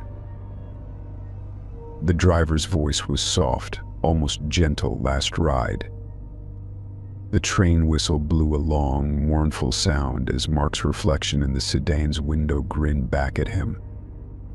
Black-eyed, hungry, the turnstile clicked, releasing him. And Mark stepped forward. The car's interior was pitch black. Mark's breath came in shallow, uneven gasps, his fingers gripping the leather seat beneath him, or what should have been leather. The texture was wrong. Too slick, too alive, pulsing faintly under his touch like the skin of some massive, sleeping beast. The driver's eyes glowed faintly in the dark. Not the dim reflection of streetlights. Not the eerie gleam of an animal's gaze in headlights. Or a light from within. 2 pinpricks of sickly yellow, floating in the abyss of the front seat, unblinking. Watching. Aching. Mark swallowed hard. His throat was too dry, his tongue too heavy. The whispers had fallen silent the moment the car door sealed shut behind him, leaving only the sound of his own ragged breathing and the low, droning hum of the engine, if it was an engine. The sound was too organic, too rhythmic, like the slow, steady beat of a heart. He tried to speak. His lips moved, but no sound came out. The driver's eyes brightened. A click, soft, deliberate, as the glove compartment popped open. Inside, nestled in shadow, was a single object, a Polaroid photograph, its edges curled with age. Mark didn't want to touch it. But his hand moved anyway, fingers closing around the photo as if pulled by strings. The moment his skin made contact, the whispers returned, not in his ears, but in his bones, vibrating through him like a struck chord. The image was blurry at first, the colors washed out. Then slowly it resolved, a black sedan, parked outside a familiar apartment building. His apartment building, and standing beside it, one hand resting on the roof, was Mark. But not as he was now. This version of him was wrong. His posture was too stiff, his limbs too long, his face a smooth, featureless oval save for 2 dark pits where his eyes should be. The whispers surged, a chorus of voices overlapping, merging into a single deafening truth. "You've always been the driver." Mark's reflection in the rearview mirror flickered, his features melting. reforming into the hollow-eyed thing from the photograph. The car's engine, if it was an engine, roared to life. And the 13th ride began. Mark's fingers trembled around the Polaroid, the edges biting into his skin. The image didn't waver. His hollow-eyed doppelganger stared back, frozen in time, one hand resting possessively on the sedan's roof. The car wasn't moving. It wasn't even on a road. The windows framed an endless void, a sea of black so deep it swallowed the feeble glow of the dashboard lights. No streetlights, no stars. Just the abyss stretching in every direction, pressing against the glass like a living thing. The whispers had gone silent again. The only sound was the thump, thump, thump of the engine. No, not an engine. A heartbeat pulsing through the seats, the floor, the very air. Mark's reflection in the rearview mirror flickered again. His pupils dilated, black bleeding into the whites of his eyes, his mouth stretching into a grin too wide for his face. His driver, turned fully in his seat. Not to look at Mark. To look at the road ahead. Except there was no road. Just the void. The speedometer needle twitched, then spun wildly, the numbers blurring past anything a car could reach. The radio crackled to life, no music, no static, just a single, warped voice whispering, "Welcome home." The car lurched forward. Not on wheels, not on anything. It glided, slicing through the darkness like a knife through water, the void parting before it. The whispers surged back, louder now, more coherent, hundreds of voices, all speaking in unison, all saying the same thing: "You remember now." And Mark did. Flashes of memory, not his, never has flooded his mind. Endless rides, countless passengers, 100 versions of himself, all with the same hollow eyes, all whispering the same address. 42 Willowbrook Lane. The car wasn't a car. It was a vessel. A bridge. And he wasn't Mark. Not anymore. The Polaroid crumpled in his grip, the image melting like wax, reforming into something new. A photograph of a man slumped in the back seat, his face pale, his eyes wide with terror. Brady, the passenger.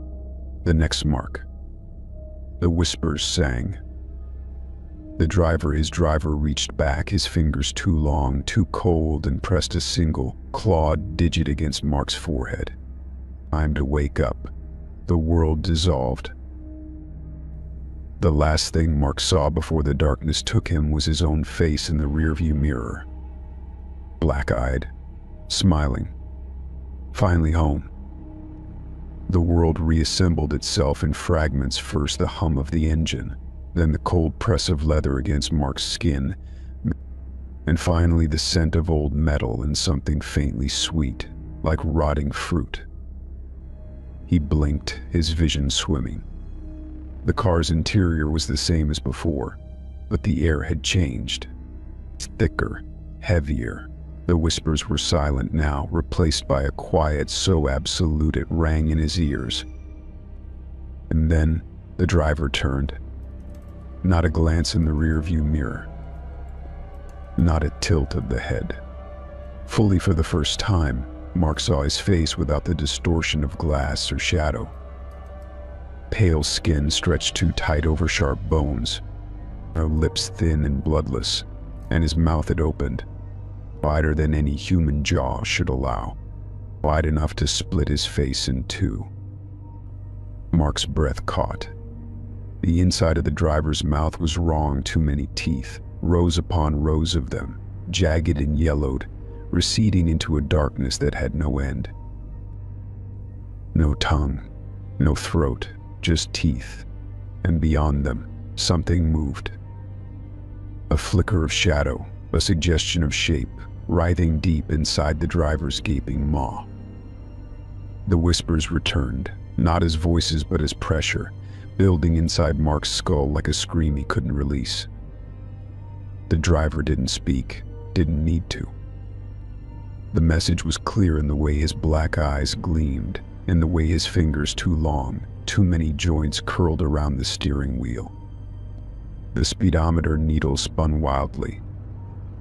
The windows rattled in their frames. Outside, the void peeled back, revealing a stretch of road Mark knew too well his street, his apartment building, the flickering street lamp where the sedan always waited. But this time the car didn't stop.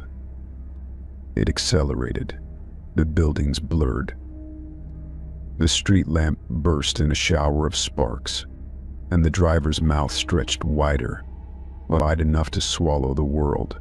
Mark's reflection in the rearview mirror grinned back at him, black-eyed, sharp-toothed, hungry. The whispers surged one final time, a chorus of voices merging into a single deafening truth. You were never the passenger. The car hurtled forward, or into the dark, into the teeth, into the end. And Mark laughed. Mark woke with a gasp, his head slamming against the window beside him.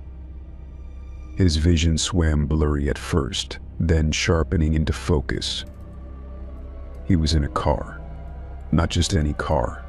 The black sedan. His stomach lurched.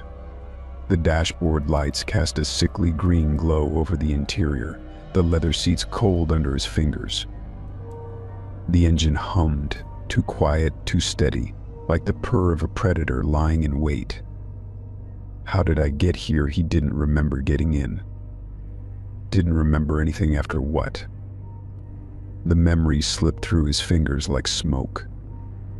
The last thing he recalled was standing outside his apartment, the night air biting at his skin, the whispers threading through his thoughts. Then nothing. Now here he was, trapped. Mark grabbed the door handle and yanked. It didn't budge. He tried again, throwing his weight against it, his breath coming in short, panicked bursts. The lock held fast. The window wouldn't roll down. The child safety light glowed mockingly from the panel. The driver hadn't turned, hadn't spoken. Just sat there, hands at 10 and 2, his hollow eyes fixed on the road ahead. Mark's reflection in the window flickered, his pupils dilating, black swallowing green for a heartbeat before snapping back. The whispers stirred, soft as static. You're awake. Finally, Mark's fingers dug into the seat. Where are you taking me? The driver didn't answer. The radio crackled to life, no music, no words, just a low, droning hum that vibrated in Mark's teeth, in his bones. Outside, the world blurred. The street lights stretched into glowing streaks, the buildings warping, melting like wax. The car wasn't speeding. The world was bending around it. Mark's breath fogged in the air. The cold wasn't just in the car anymore, it was inside him, spreading through his veins like ice water. His fingers tingled, then went numb. The whispers grew louder. No more running, no more hiding. The speedometer needle trembled, then spun, the numbers blurring past anything a car could reach. Mark's reflection in the window grinned back at him. Black-eyed, hungry. The driver exhaled a slow, rattling sound, and the 15th ride began in earnest. The driver spoke again, his voice like rusted hinges groaning in the wind. You're mine now. The car lunged forward, not with the mechanical growl of an engine, but with a sound like something alive uncoiling. The world outside the window shattered into fragments of light and shadow, the road dissolving into a tunnel of writhing darkness. Mark's breath caught in his throat. His hands scrabbled at the seatbelt, but the buckle had melted into the leather, fused like flesh. The speedometer needle spun wildly, the numbers blurring into nonsense. The whispers weren't whispers anymore. They were screams, dozens, hundreds layered over each other in a chorus of terror and triumph. Finally, you remember, you're one of us. Mark's reflection in the window wasn't his own. His face stretched, his jaw unhinging like the driver's, his eyes hollow pits of endless black. The dashboard lights flickered, then died. The only illumination came from the driver's eyes, two pinpricks of sickly yellow, burning in the dark. The car accelerated. Faster. Faster, the road ahead split open like a wound, revealing a yawning void beyond a city of twisted spires and streets that curved in on themselves, but shadows moving without bodies to cast them. The driver's hands left the wheel. He turned fully in his seat, his body unfolding, limbs elongating, his suit splitting at the seams to reveal the writhing darkness beneath. His mouth opened, wider. Wider rows of jagged teeth gleamed in the abyssal glow, and beyond them, Mark saw himself, not a reflection, not a trick. Himself standing at the edge of the void, black-eyed and grinning, one hand raised in greeting. The driver's voice was no longer a single sound, it was 1,000 voices, all speaking in unison, all saying the same thing: welcome home. The car plunged into the void. The last thing Mark heard before the darkness swallowed him whole was his own laughter, echoing, endless, hungry. And then silence. The road was empty. The sedan was gone. Somewhere, in the space between spaces, a new driver took the wheel. And the whispers began again.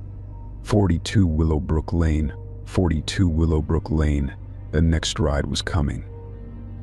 And it would never, ever end. The back seat was no longer empty. Mark blinked, his vision swimming as the car's interior sharpened into focus.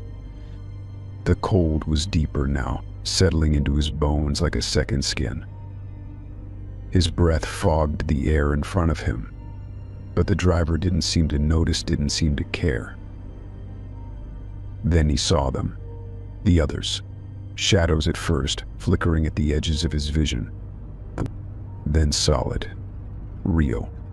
Figures crowded the back seat, their forms pressed too close, their limbs tangled together like the roots of an old, gnarled tree. Their faces were hollow, not just pale, but empty, their eyes dark pits that stared straight ahead, unblinking. Mark's breath hitched. He tried to recoil, but there was nowhere to go. The figures didn't move, didn't acknowledge him. They just sat there, their stillness more unnerving than any motion. One of them turned its head, slow, deliberate. Its mouth opened, no sound came out. But Mark heard it anyway, a whisper, not in his ears but in his mind, threading through his thoughts like smoke. "You're late." The driver's reflection in the rearview mirror smiled. The radio crackled to life, the static resolving into a chorus of overlapping voices, all whispering the same thing, almost there. Mark's hands trembled in his lap. The figures in the back seat leaned closer, their hollow eyes boring into him. Their mouths moved in unison, their words syncing with the whispers in his skull. "You're one of us. You always have been." The car accelerated.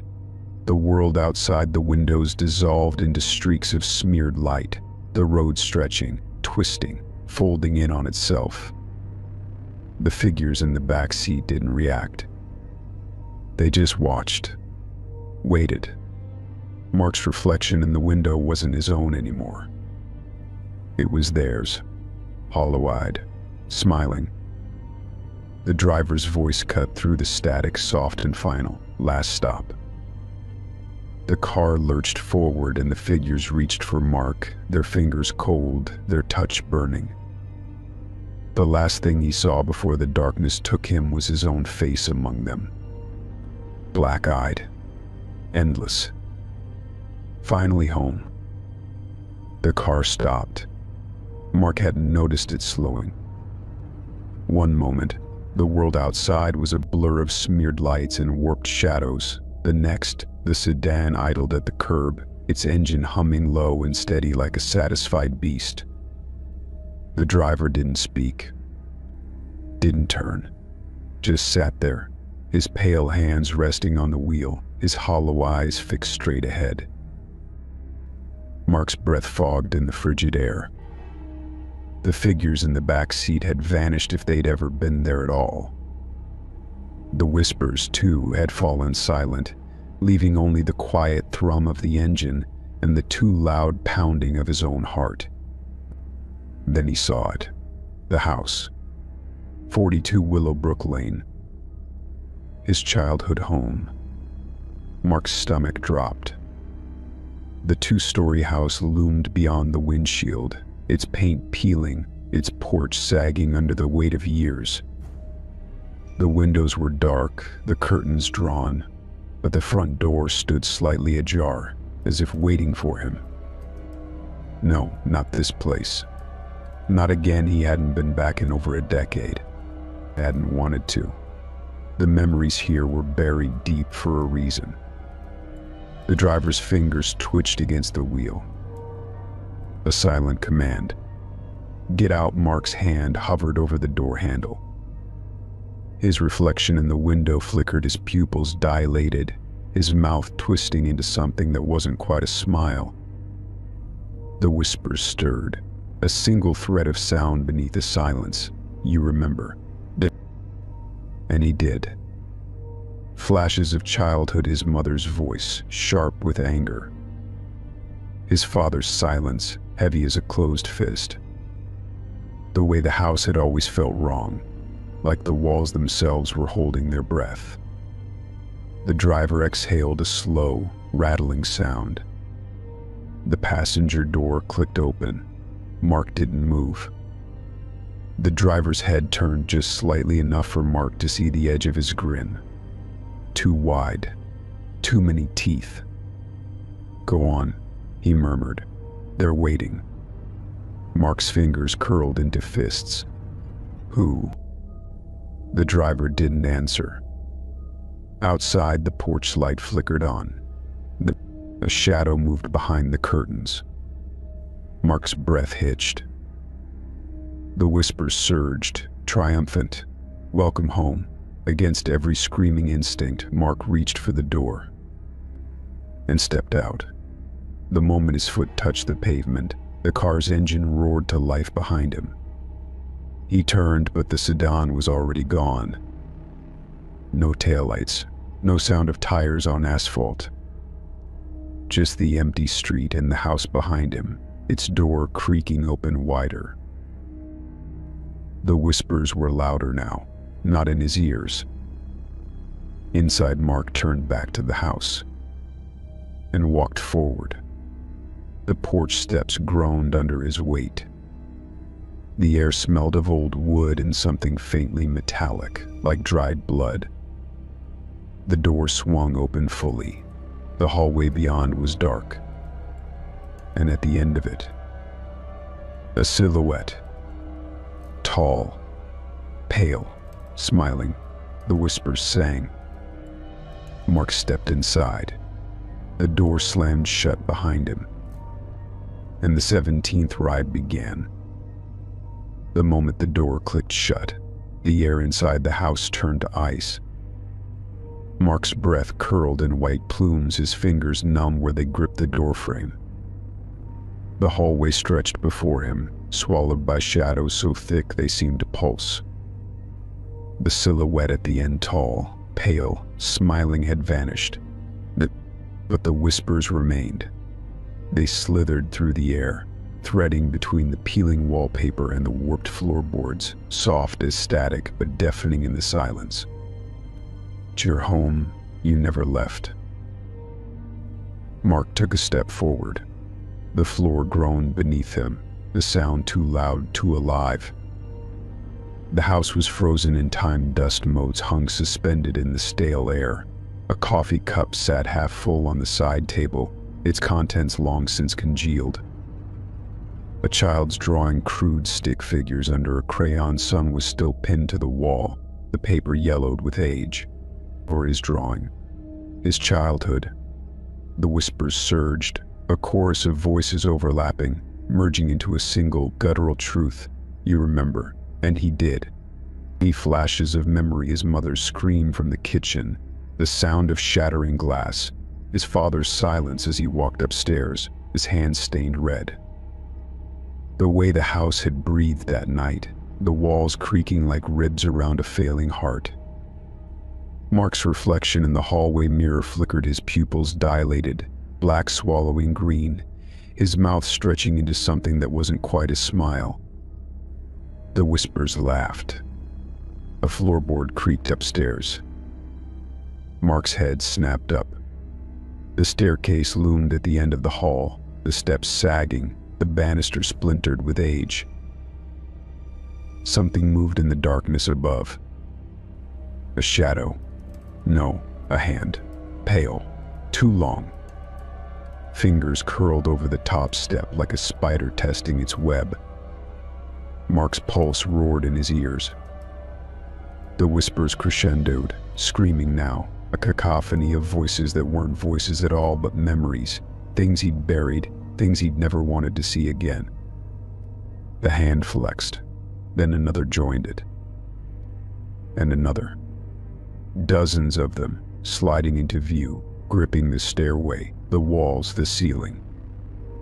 The driver's voice cut through the chaos, soft and final. Come home. The hands pulled. The house shuddered. The walls bent inward, the floorboards splintering as something enormous, something hungry, dragged itself down the stairs. Mark's legs gave out. The whispers screamed. And the 18th ride began. Mark's fingers dug into the peeling wallpaper as he staggered back, his breath coming in ragged gasps. The hands, too many, too long, scraped against the stairs, pulling something unseen into the hallway. The air thickened, the scent of rust and damp wood choking him.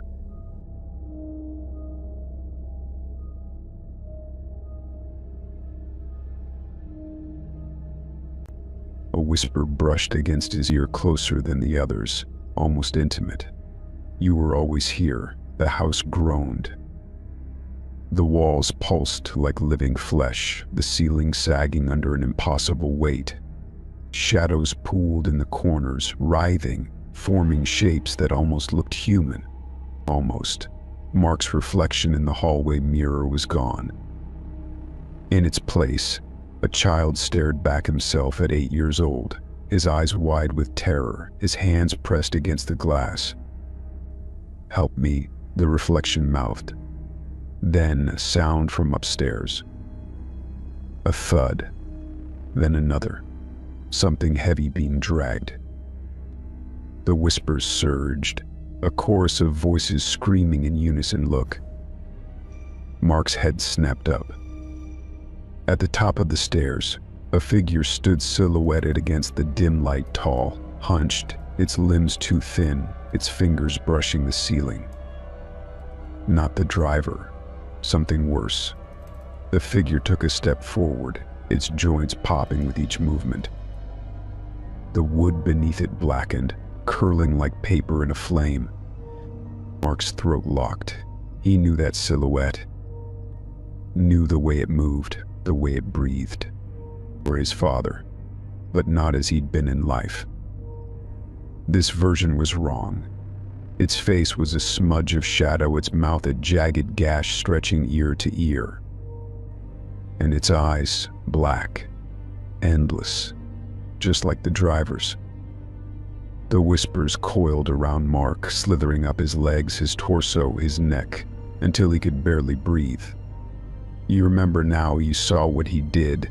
The figure descended, each step making the house shudder.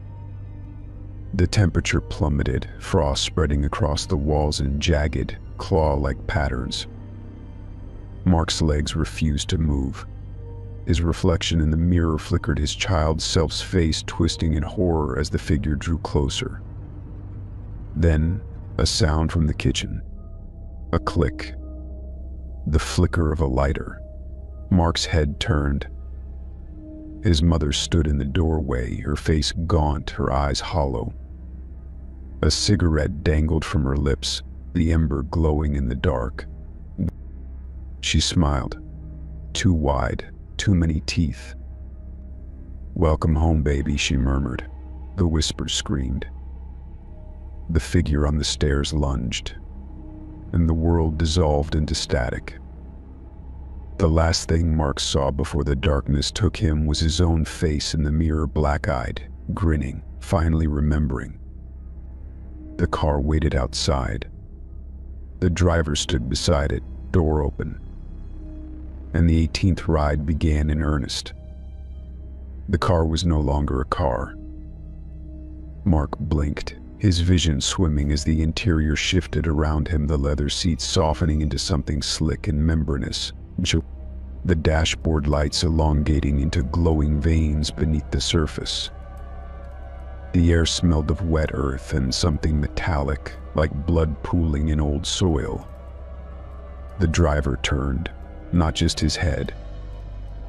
His body twisted in the seat, his spine bending in places no human spine should bend, his limbs unfolding like the legs of a spider. His face already too pale, too hollow stretched, the skin splitting at the seams to reveal the writhing darkness beneath. Too many eyes blinked open in the void where his features had been. Black. Hungry Mark's breath hitched. The whispers had gone silent, not out of absence but in anticipation. The air itself held its breath. The driver's mouth, if it could still be called a mouth, parted. No sound came out, but Mark heard it anyway. A voice, not in his ears but in his bones, vibrating through him like the hum of a tuning fork struck against his spine. "You see me now." The car lurched forward. Not on wheels. Not on anything. It moved, the world outside the windows dissolving into streaks of smeared color, the road peeling back like flesh to reveal the writhing abyss beneath. Mark's reflection in the window wasn't his own. It was the driver's, hollow-eyed, endless. The speedometer needle spun wildly, the numbers blurring past comprehension. The radio crackled to life, no static, no music, just a chorus of voices screaming in unison, "You are us." The driver's form rippled, his edges blurring, his shape dissolving into something vast and shifting, a thing of shadow and teeth and too many eyes.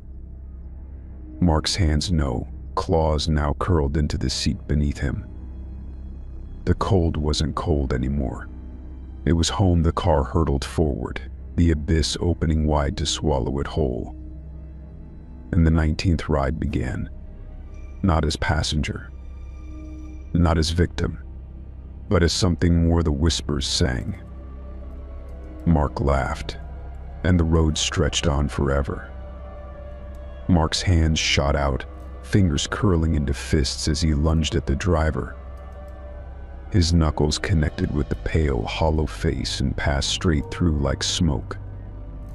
The impact never came. No resistance. No bone. Just a rush of icy air as his arm plunged into the driver's skull, the sensation like dipping his hand into freezing water. Mark gasped, yanking back. His fingers tingled, numb as if frostbitten. The driver didn't react, didn't flinch. His hollow eyes remained fixed ahead, his grin widening as the car's speedometer needle trembled, then spun past numbers no vehicle could reach. The whispers roared, a chorus of voices overlapping in his skull. "You can't fight what you are." Mark's reflection in the window flickered, his pupils swallowing the green of his irises, his mouth stretching too wide. The road outside dissolved. The street lights warped into streaks of smeared light, the asphalt rippling like water as the sedan hurtled through the void. Mark grabbed for the door handle again. It melted under his touch, the metal softening like wax before reforming into something slick and pulsating. The driver exhaled a sound like wind through a graveyard. Almost there. The dashboard lights flickered, then died. The only illumination came from the driver's eyes, twin voids in the dark, glowing faintly with a light that wasn't light at all. Mark's breath fogged in the air, the cold so deep it burned. His hands trembled in his lap, his skin taking on a sickly pallor, the veins beneath turning black. The whispers softened, almost gentle now. "You've always been the car." The radio crackled to life. A single, warped voice whispered, "Welcome home." The sedan plunged into the abyss, and Mark stopped fighting. The driver absorbed Mark into the darkness. One moment, Mark was their flesh and bone, breath ragged, fingers clawing at the seat, and the next he wasn't. His edges blurred, his form dissolving like ink in water, the darkness of the car wallowing him whole. The whispers went silent. For the first time in 20 rides, there was no sound, no static, no screaming. Just the quiet hum of the engine, if it could still be called an engine, and the pulse of something vast and ancient beneath the surface. The driver's grin stretched wider, his hollow eyes reflecting nothing. No passenger, no road, just the endless dark. The speedometer needle settled. The car slowed. Outside the windows, the void peeled back, revealing a familiar street, neon lights reflecting off rain-slicked pavement, the hum of the city distant but alive. Or curb. An apartment building. 42 Willowbrook Lane. The driver's fingers pale, too long drummed against the wheel. Waiting. The passenger door clicked open. A figure stumbled toward the car, shoulders hunched against the rain, exhaustion weighing his steps. A man, late 20s, dark circles under his eyes. The driver's lips parted. Destination confirmed. The man slid into the back seat, barely glancing up as the door shut behind him. The whispers began again, soft at first, then louder, hungrier.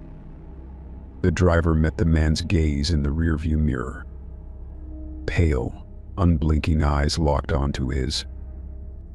The man shivered. The car pulled away from the curb, and the 20th ride began. The app glitched the moment the request went through. Lena frowned at her phone, thumbing the screen as the rideshare interface flickered once, twice before stabilizing. The confirmation message popped up, stark white against the dark mode background. Driver, H. The Smith. Vehicle, black sedan. ETA, 2 minutes. She exhaled, tucking a strand of hair behind her ear. The bar's neon sign buzzed overhead, casting a sickly pink glow over the rain-slicked pavement. Her shift had ended an hour ago, but the last bus had come and gone, leaving her stranded in the part of town where cabs didn't linger. The rideshare was her only option. A car turned onto the street, its headlights cutting through the drizzle. Lena squinted. Black sedan, no plates. Her stomach twisted. The car rolled to a stop in front of her, the passenger window sliding down with a quiet hum. The interior was dark, the dashboard lights casting a faint green glow over the driver's hands, pale, fingers too long, gripping the wheel at 10 and 2. Lena? The driver's voice was flat, hollow, like a recording played through old speakers. She hesitated. Yeah, that's me. The door locks clicked open. Lena reached for the handle, then paused. Something was off. The app hadn't given her the driver's name until after the ride was confirmed. And yet he'd known hers. The rain pattered against her shoulders, soaking through her thin jacket. The cold seeped into her bones, urging her to move, to get in, to get out of the downpour. Against her better judgment, she pulled the door open and slid inside. The air in the car was frigid, the kind of cold that settled deep, like the AC had been running for hours in the dead of winter. The seats were leather, smooth under her fingers, but something about the texture made her skin crawl. Too soft, too alive. The door shut behind her with a quiet thud. Lena glanced at the driver through the rearview mirror and froze. His eyes were fixed on her, not glancing, not checking, staring pale, unblinking, the pupils too wide, too black, swallowing the dim light. Lena's breath hitched. Hey, you good?" The driver didn't respond, just held her gaze, his lips parting slightly, not a smile, not a frown, just an empty, slack expression. The car pulled away from the curb, gliding through the rain-soaked streets with unnatural smoothness. The radio was off, no music, no static. Just the rhythmic thump of the windshield wipers and the too quiet hum of the engine. Lena fumbled for her phone, thumbing open the rideshare app. The screen flickered, the interface glitching, her trip details dissolving into pixels before reappearing. No driver name, no license plate, no record of the ride at all. Her pulse spiked. "Hey, I think there's something wrong with the app. It's not showing." The driver's hand twitched on the wheel. A whisper curled against Lena's ear, soft as static. "It never does," she jerked back, pressing herself against the door. What the hell was that? The driver didn't react, just watched her through the mirror, his hollow eyes unblinking. The street lights outside warped, their glow stretching into smeared streaks of color as the car accelerated. The speedometer needle climbed -40, 50, 60, but the sedan didn't shake, didn't rattle. It moved like it wasn't touching the road at all. Lena's fingers closed around the door handle. It didn't budge. The child safety light glowed mockingly from the panel. The whispers returned, louder now, threading through the silence like smoke. "You can't leave, not anymore." Lena's reflection in the window flickered, her pupils dilating, black bleeding into the green of her irises for a fraction of a second before snapping back. The driver's lips curled. Not a smile. A revelation. The car hurtled forward, the world outside dissolving into static. And the 21st ride began. The car pulled away from the curb, its newest passenger unaware of what was coming. Lena's fingers tapped nervously against her phone screen, the glow illuminating her face in the dark. The app had frozen completely now, no route, no driver info, just a blank map and the spinning icon of a lost GPS signal. She glanced up, meeting the driver's gaze in the rearview mirror. Those eyes, hollow. Hungry, a whisper curled against her ear, soft and insistent. "You've always been ours." The speedometer needle climbed. The world outside the windows blurred. And the cycle began again. The whispers laughed. And somewhere, in the space between spaces, Mark smiled. The journal was tucked beneath the floorboards of the abandoned house, its leather cover cracked with age. Mark's fingers trembled as he pried it open, the pages brittle under his touch. The handwriting was frantic, ink smeared in places, letters pressed so hard they tore through the paper. October 12th, it started with a cold.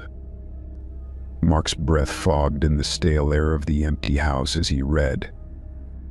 The entries were disjointed, The timeline fractured, but the pattern was unmistakable. The driver never speaks, just watches me in the mirror. The app says the ride never happened. No receipt, no record. When I try to take a picture, my phone glitches. He knows, he always knows. A chill skittered down Mark's spine. He flipped the page. October 15th, the whispers started last night. Not in the car, in my apartment. I turned up the heat, but the cold won't leave. It's inside me now. I see my reflection in the mirror sometimes. In my eyes, the sentence ended abruptly, the next line scribbled over in jagged strokes, as if the writer had tried to claw the words off the page. Mark's pulse hammered in his throat. He knew that fear. Knew that certainty, the slow, creeping realization that the rules of the world no longer applied. The next entry was shorter. October 17th, he's outside again. The car is always there now, waiting. I can't sleep. The whispers are louder, but they say the same thing, over and over. You're almost home. A rust-colored stain marred the corner of the page, old blood flaking away at the edges. Mark turned to the final entry. October 19th, I remember now. The driver isn't taking me anywhere. He's waking me up. The cold isn't the car. It's me. It's always been me. The next ride is my last. I can feel it. When he comes, I won't fight it anymore. The rest of the pages were blank, except for the very last one. A single line, written in a hand that wasn't human, letters too precise, too sharp, as if carved into the paper by something with too many joints. Welcome home, Mark. The journal slipped from his fingers, hitting the floor with a thud that echoed through the empty house. Outside, an engine purred to life. Mark didn't have to look to know the black sedan was idling at the curb, waiting. The whispers stirred, soft as static. You're next. And for the first time, Mark didn't run. The notebook was water-stained and warped, hidden beneath a loose floorboard in the back room of the abandoned gas station. Mark's fingers shook as he pried it open, the pages sticking together like old skin. The handwriting was erratic, ink blotted with what might have been tears, words trailing off mid-sentence as if the writer had been interrupted. November 3rd, I don't know how he finds me. I changed my phone, deleted the app. But the car is always there when I walk out of work. Black sedan, no plates. The driver never blinks. Mark's breath hitched. The entries were jagged, frantic, the timeline collapsing in on itself like a dying star. November 5th, the whispers aren't just in the car anymore.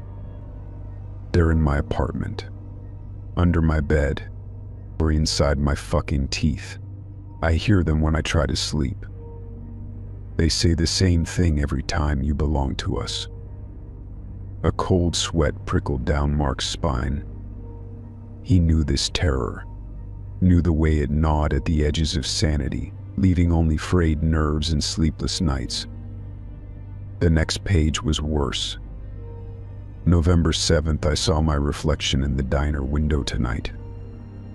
Just for a second. My eyes were black. Not dark, endless, like his. I smashed the mirror when I got home. The glass wouldn't break at first. It just bent, like it was laughing at me. A rust-colored fingerprint smudged the margin. Mark didn't need to guess what it was. He turned the page. The writing deteriorated further, letters slanting violently, sentences devolving into fragments. November 9th, he doesn't wait for me to call anymore. The car just appears. The locks click open on their own. The cold is inside me now. I can feel it moving, growing. The whispers say I'm almost ready. The final entry was barely legible, scrawled in a hand that no longer looked human, too sharp, too precise, the ink sinking into the paper like scars. November 11th, he's here. Nothing else. No explanation, no plea for help. Just those two words, and then empty pages. Mark's throat tightened. Outside, the hum of an engine cut through the silence. He didn't look up, didn't need to. The black sedan would be idling at the curb. The driver would be watching, and the whispers, they were already singing. You're next. Mark closed the notebook. And this time he didn't run.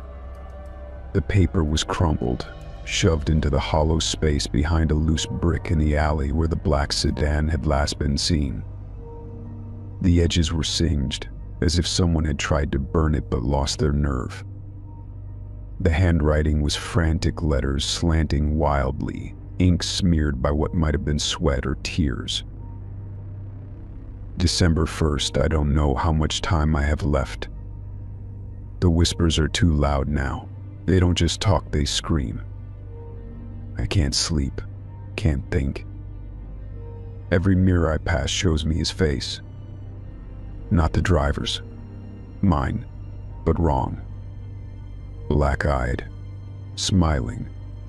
Mark's fingers trembled as he smoothed the paper against his thigh. The words blurred in and out of focus, the writer's panic bleeding through every stroke of the pen. December 3rd, the cold isn't just in the car anymore. It's in my bones. I turn the heat up to 90 and still my breath fogs in the air. The frost on the windows forms words when I'm not looking. Come home. You belong here. I scraped it off with a knife. It grew back by morning. A stain. Dark in the corner of the page, not rust this time, but something darker, thicker. Mark's stomach turned. December 5th, I found the others, their journals, their notes, all saying the same thing. We're not the first. The car has been doing this for years. Decades. Maybe longer. The driver isn't a man. He's something else. Something that wears faces like coats. The writing dissolved into scribbles, then resumed halfway down the page, the letters jagged, desperate. December 7th, he doesn't need the app anymore. The car comes when it wants. The doors lock from the inside. Last night I tried to run, made it 3 blocks before I turned a corner and the sedan was already there, idling, door open. The driver wasn't in the front seat. He was in the back, smiling, waiting. The final lines were nearly illegible, the pen digging so deep it tore the paper in places. December 9th, I remember now. The driver isn't taking me anywhere. He's reminding me, the cold isn't the car. It's me. It's always been me. The next ride is my last. I can feel it in my teeth, in my veins. When he comes, I won't the sentence ended mid-word. The rest of the page was blank, except for a single line at the very bottom, written in a hand that wasn't human, letters too precise, too sharp, as if carved into the paper by something with too many joints. See you soon. Mark. The paper slipped from his fingers, fluttering to the damp pavement. Behind him, an engine purred to life. Mark didn't turn. He didn't need to. The whispers were already singing. The car was already waiting, and this time he would get in. The post appeared at 3:17 a.m. on a forum buried deep in the dark web, its title innocuous, cursed code. The truth behind Ride X. Mark's fingers hovered over the keyboard. his screen's blue glow the only light in his apartment. He'd spent weeks chasing leads, whispers of other victims, fragments of journals, the growing certainty that the black sedan had been hunting long before it found him. But this was different. The post was anonymous, its text fragmented, as if the writer had been interrupted mid-thought. If you're reading this, you've seen him. The driver. The one who doesn't blink. You think it's a glitch. A bug. It's not. RideX was built on stolen code. Not from another app. From somewhere else. The original dev team found it in the ruins of an old mainframe data that shouldn't exist. Patterns that didn't match any language. They thought it was encrypted. It wasn't. It was a call. The app was just the door. The driver was already waiting on the other side. They tried to shut it down. Too late. The code rewrote itself. Spread. Now it's in every update, every patch, hiding in the spaces between lines. It doesn't need servers. It doesn't need phones. It just needs passengers. Deleting the app won't save you. He remembers every ride, every face, and he's coming for them all. Mark's breath fogged in the cold air. The post ended there, no replies, no follow-ups. Just a single, chilling addendum at the bottom, P.S. Check your reflection. If your eyes flicker, it's already too late. The screen flickered, just once, a fraction of a second, but long enough for Mark to see it as reflection in the darkened monitor, pupils swallowing the green of his irises before snapping back. The whispers stirred, soft as static. You knew, you always knew. Outside, an engine purred to life. Mark didn't look up. He didn't need to. The sedan would be idling at the curb. The driver would be watching, and the code, the cursed, hungry code, it was already running. Mark exhaled. The choice was made. Mark's fingers uncurled from the ruined newspaper. He stood and walked toward the stairs. The road stretched on forever, and the car was waiting. The car never stopped. Mark knew that now. It was a living thing, an entity that wore the shape of steel and leather, its true form writhing beneath the surface like shadows in a storm. The driver wasn't a man. He never had been. He was a vessel, a skin stretched over something older, hungrier. And now, so was Mark. The whispers weren't whispers anymore. They were his voice, his thoughts, threaded through with the chorus of those who had come before. You belong here. You always have. The sedan glided through the city streets, the world outside the windows warping at the edges, buildings stretching, streetlights flickering, like reality bending to the will of the thing behind the wheel. Mark sat in the driver's seat now. His hands pale, two long fingers rested at 10 and 2. The wheel was cold beneath his touch, the leather groaning like living flesh. The rearview mirror reflected an empty backseat, but he knew better. They were there, the passengers, the taken.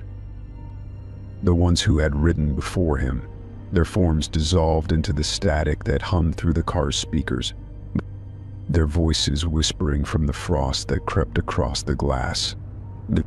A flicker of movement in the mirror. Brace of face, not his, a woman's, hollow-eyed, lips parted in a silent scream. Lena. Then another. A man with a jagged scar pulsing at his throat. Ethan. Ondes. Aruse. One by one they appeared, their faces melting together, their voices merging into the chorus that lived inside Mark's skull. You're ours now. You'll never leave. The car slowed. A curb. A street lamp. A figure standing in the rain, shoulders hunched, phone in hand. A new passenger. Mark's lips curled. Not a smile. Something worse. A reflex. An inevitability. The locks clicked open. The door swung wide. The man hesitated, peering into the dark interior. Hey, you my ride? Mark didn't answer. He didn't need to. The whispers did it for him. Destination confirmed. The man slid into the back seat, oblivious to the frost already creeping up his sleeves, to the shadows coiling around his ankles like serpents. The door shut. The car pulled away. And the cycle began again. Mark's reflection in the rearview mirror grinned back at him, black-eyed, endless, finally home. The road stretched on forever, and the car never stopped. The rain fell in sheets, turning the city into a mist of neon and shadow. Another night, another passenger. The app pinged on Mark's phone, request accepted. 2 minutes away, he barely glanced at the name. It didn't matter. None of them did. The black sedan rolled to a stop at the curb, its wipers dragging sluggishly across the windshield. The passenger, a woman in a soaked trench coat, yanked the door open and collapsed into the back seat with a huff. God, finally, she muttered, shaking water from her sleeves. I've been waiting 20 minutes. The app kept glitching. Mark didn't respond. His hands tightened on the wheel, knuckles white as bone. The rearview mirror reflected her face, round, flushed, utterly ordinary, but beneath the surface, he could see it.